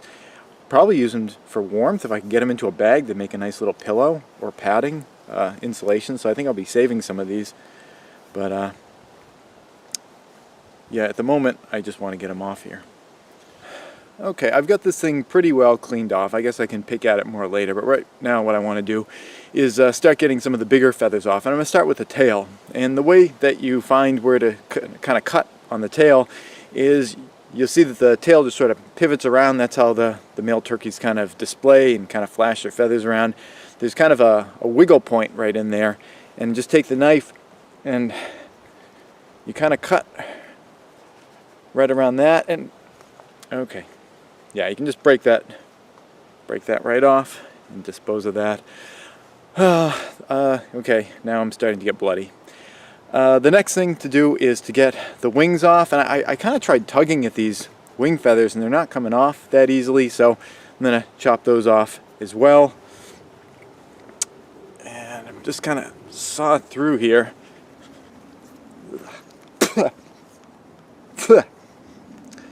Okay, this would be a good opportunity for hand sanitizer.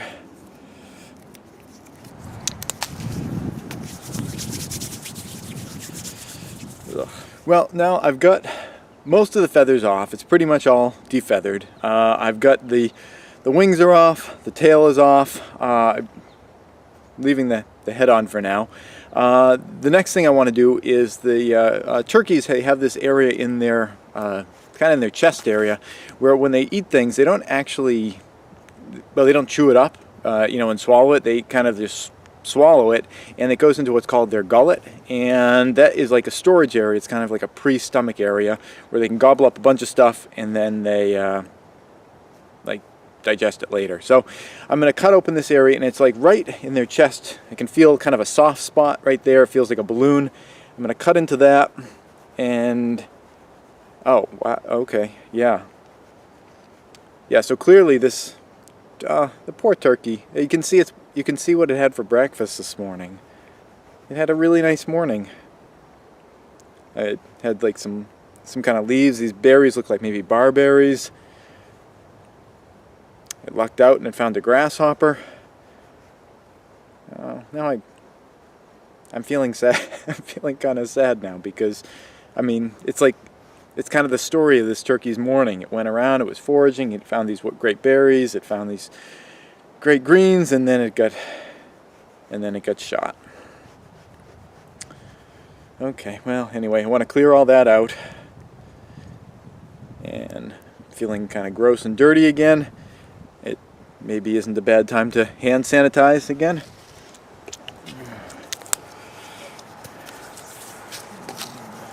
Okay, and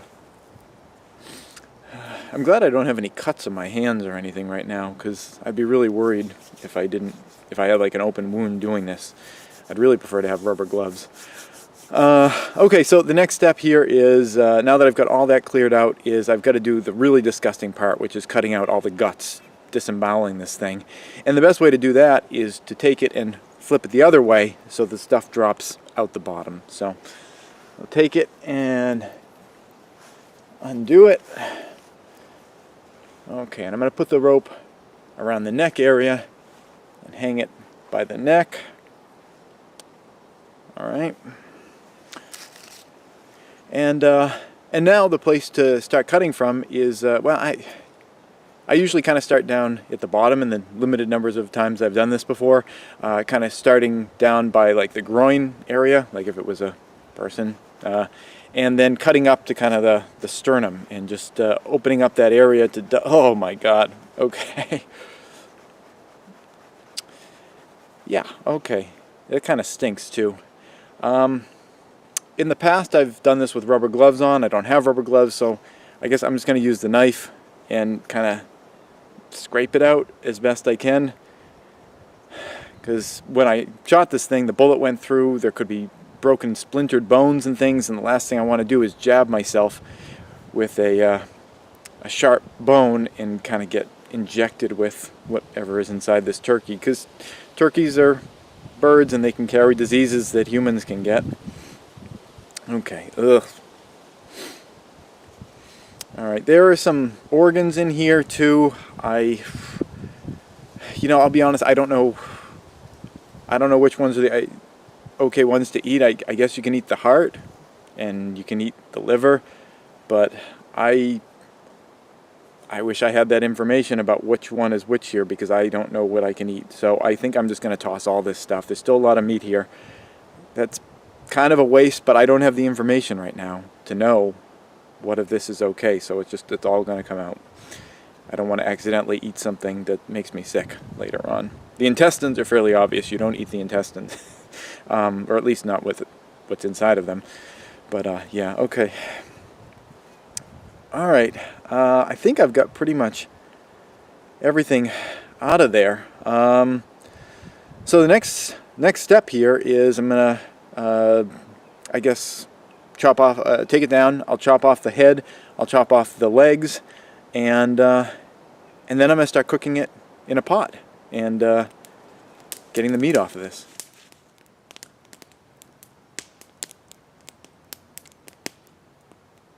At this point, I have the turkey completely cooked, and now is time to really prepare the individual ingredients of the pemmican for being turned into pemmican. And the two basic ingredients are really, really dried out meat and fat, rendered fat. I've got the bones and all the skin and everything in this pot, and I'm going to try to just cook that down until it's just fat. The idea is you want to get rid of the moisture and just have the fat left over. I don't know how much fat is really on this turkey. It's not like a bison where there's giant chunks of like clear fat that you can separate out. I guess I'm going to give it a try, but independent of whether or not I'm going to be able to get enough fat out of this, I can certainly dry out the meat. And drying out the meat, and I even put some salt on it when I was cooking it, so drying and salting the meat is going to make it last a lot longer than if I just left it without that. The ace that I have up my sleeve is this rack that I grabbed from that junk pile the other day. I think it's an old refrigerator shelf or something. I didn't want to use it when I was doing the water distilling to hold up the pot because these bars are so thin. I was afraid that they would get destroyed by the high heat of that Dakota fire hole that I'd created. But for this, just having it over a low fire, that's going to be a great use of this. So I'm going to set this down right here. And what I want to do is, just set everything up on here so that they can just slowly bake away. I've got a bunch of the strips here. I've been taking them, and you want to take the pieces of turkey and just break them up into the smallest pieces you really can that aren't going to fall through your rack. I'm just going to lay them out on here. And the idea here is to get them to a point where they'll kind of crackle in your hand. You can snap them. You don't want it to be bendable at all. You want these to be just completely dry to the point where they will crack in your hand. And actually kind of making them to the point where they're not particularly delicious anymore, but the nutrition will be kept in there, the calories will be kept in there. And I guess I'll take this and set that, and I just want that to do a low simmer. But this is going to take a while. It takes a long time for all the moisture to come out of these and for everything to render up. And actually, it'd probably be better with the lid off because I'm trying to get the moisture out of there. Okay, so that's the deal. I have to have them sit here for quite some time though, and just dry out.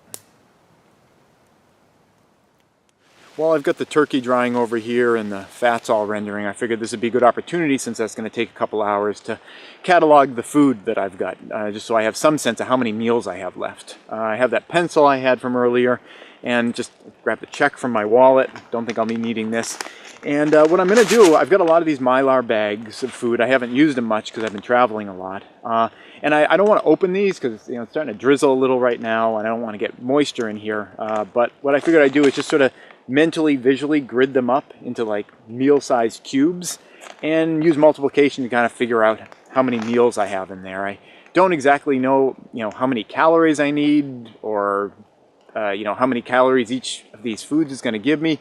That's information I just don't have access to right now, and information is a big thing that I feel like I'm lacking at the moment. Even doing that pemmican. Pemmican's a super simple recipe, but even for that, I would have loved to have popped on a YouTube video prior to confirm that I'm doing it properly. A month ago, that wouldn't have been any big thing, just getting access to all that information. You just go, online, on YouTube or whatever, and you can get all this knowledge, and I don't have anything but what's in my head right now. I was trying to think about, like, what is actually the last YouTube video that I watched. It wasn't one on pemmican making, but it wasn't one on, like, the top 10 cutest dogs either. It was something sort of appropriate to my situation right now. It was a Canadian prepper video, and at the time when I was watching it, I didn't think that it was super relevant to me, but now it totally seems really appropriate to my situation. And it was about the idea of, as all of us preppers may be thinking that we were a lot more prepared than we really were for all this. When I was watching it, I did not necessarily think that it was applying to me directly. Hi folks, Canadian Prepper here. So today I want to talk about the difference between theory and reality when it comes to imagining yourself within a SHTF scenario. So obviously the discrepancy between these two things is going to dictate your survivability, meaning that if you have a lot of theoretical knowledge of SHTF and that greatly aligns with your realistic capabilities, then you're probably good to go.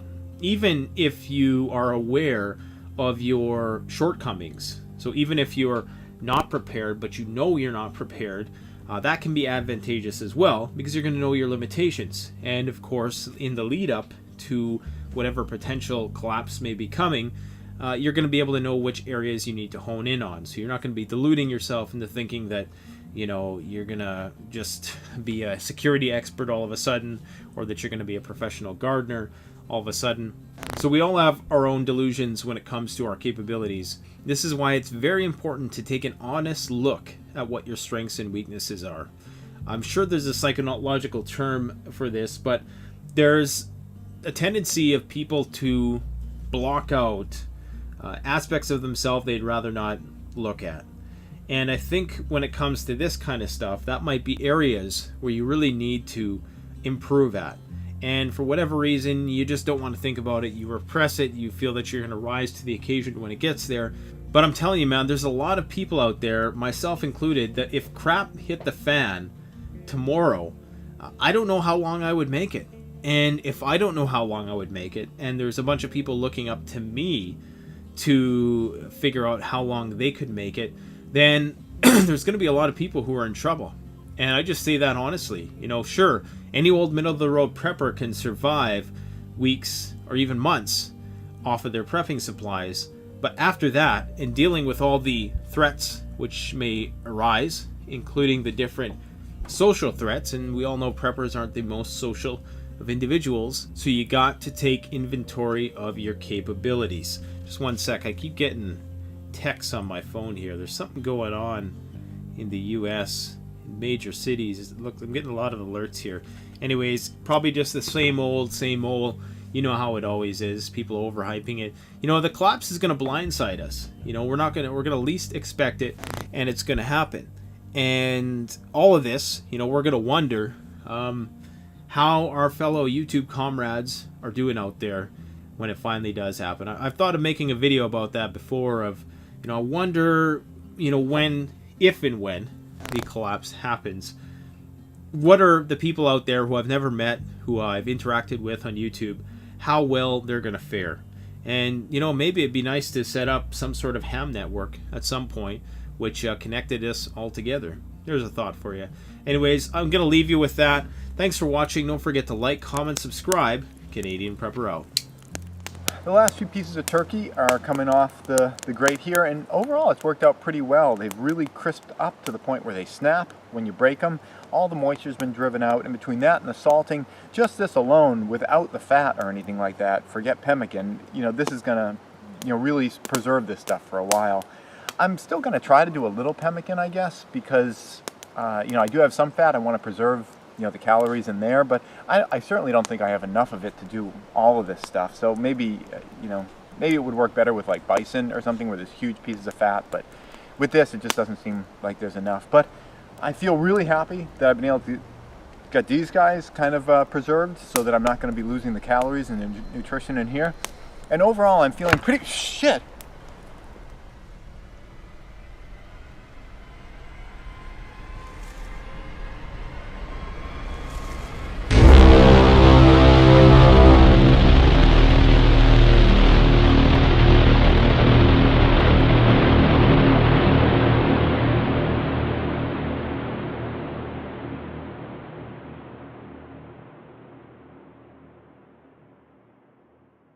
Please subscribe and tune in every Friday at 4:30 New York time for a new video. And if you'd like to support this channel, you can do so both through Patreon or PayPal.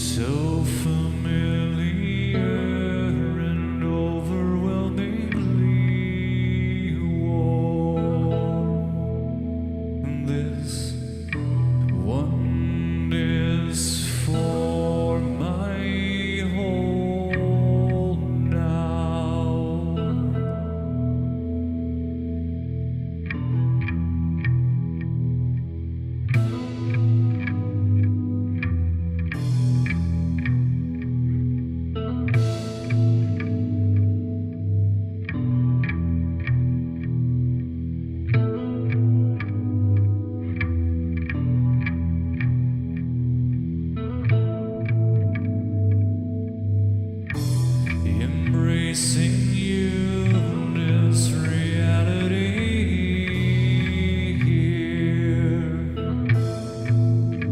This one is for my home now. So wide-eyed and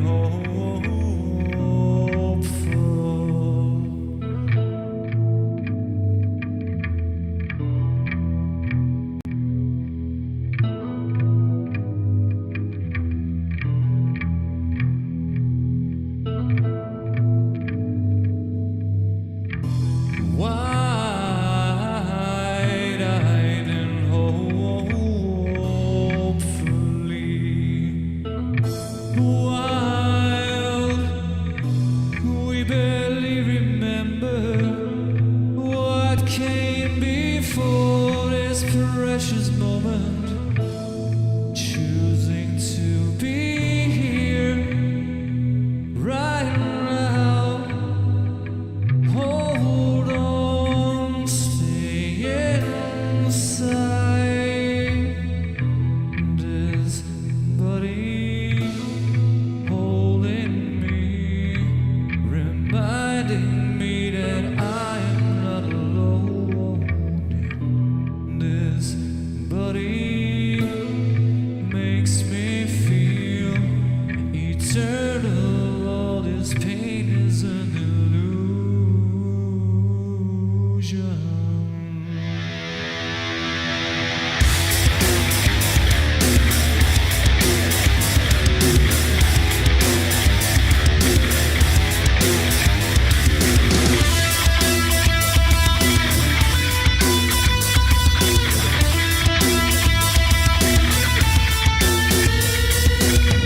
We barely remember what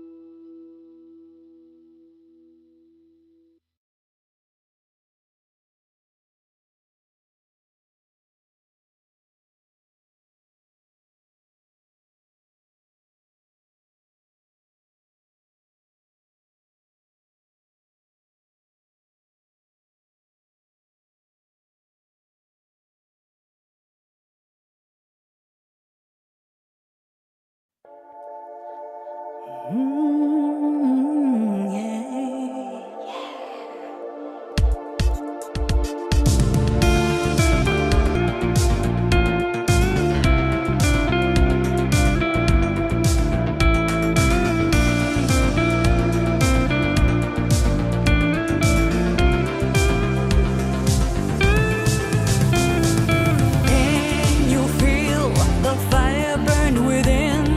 Can you feel the fire burning in? I know it's breaking through. I know it's breaking through. I know it's breaking through. I know it's breaking through.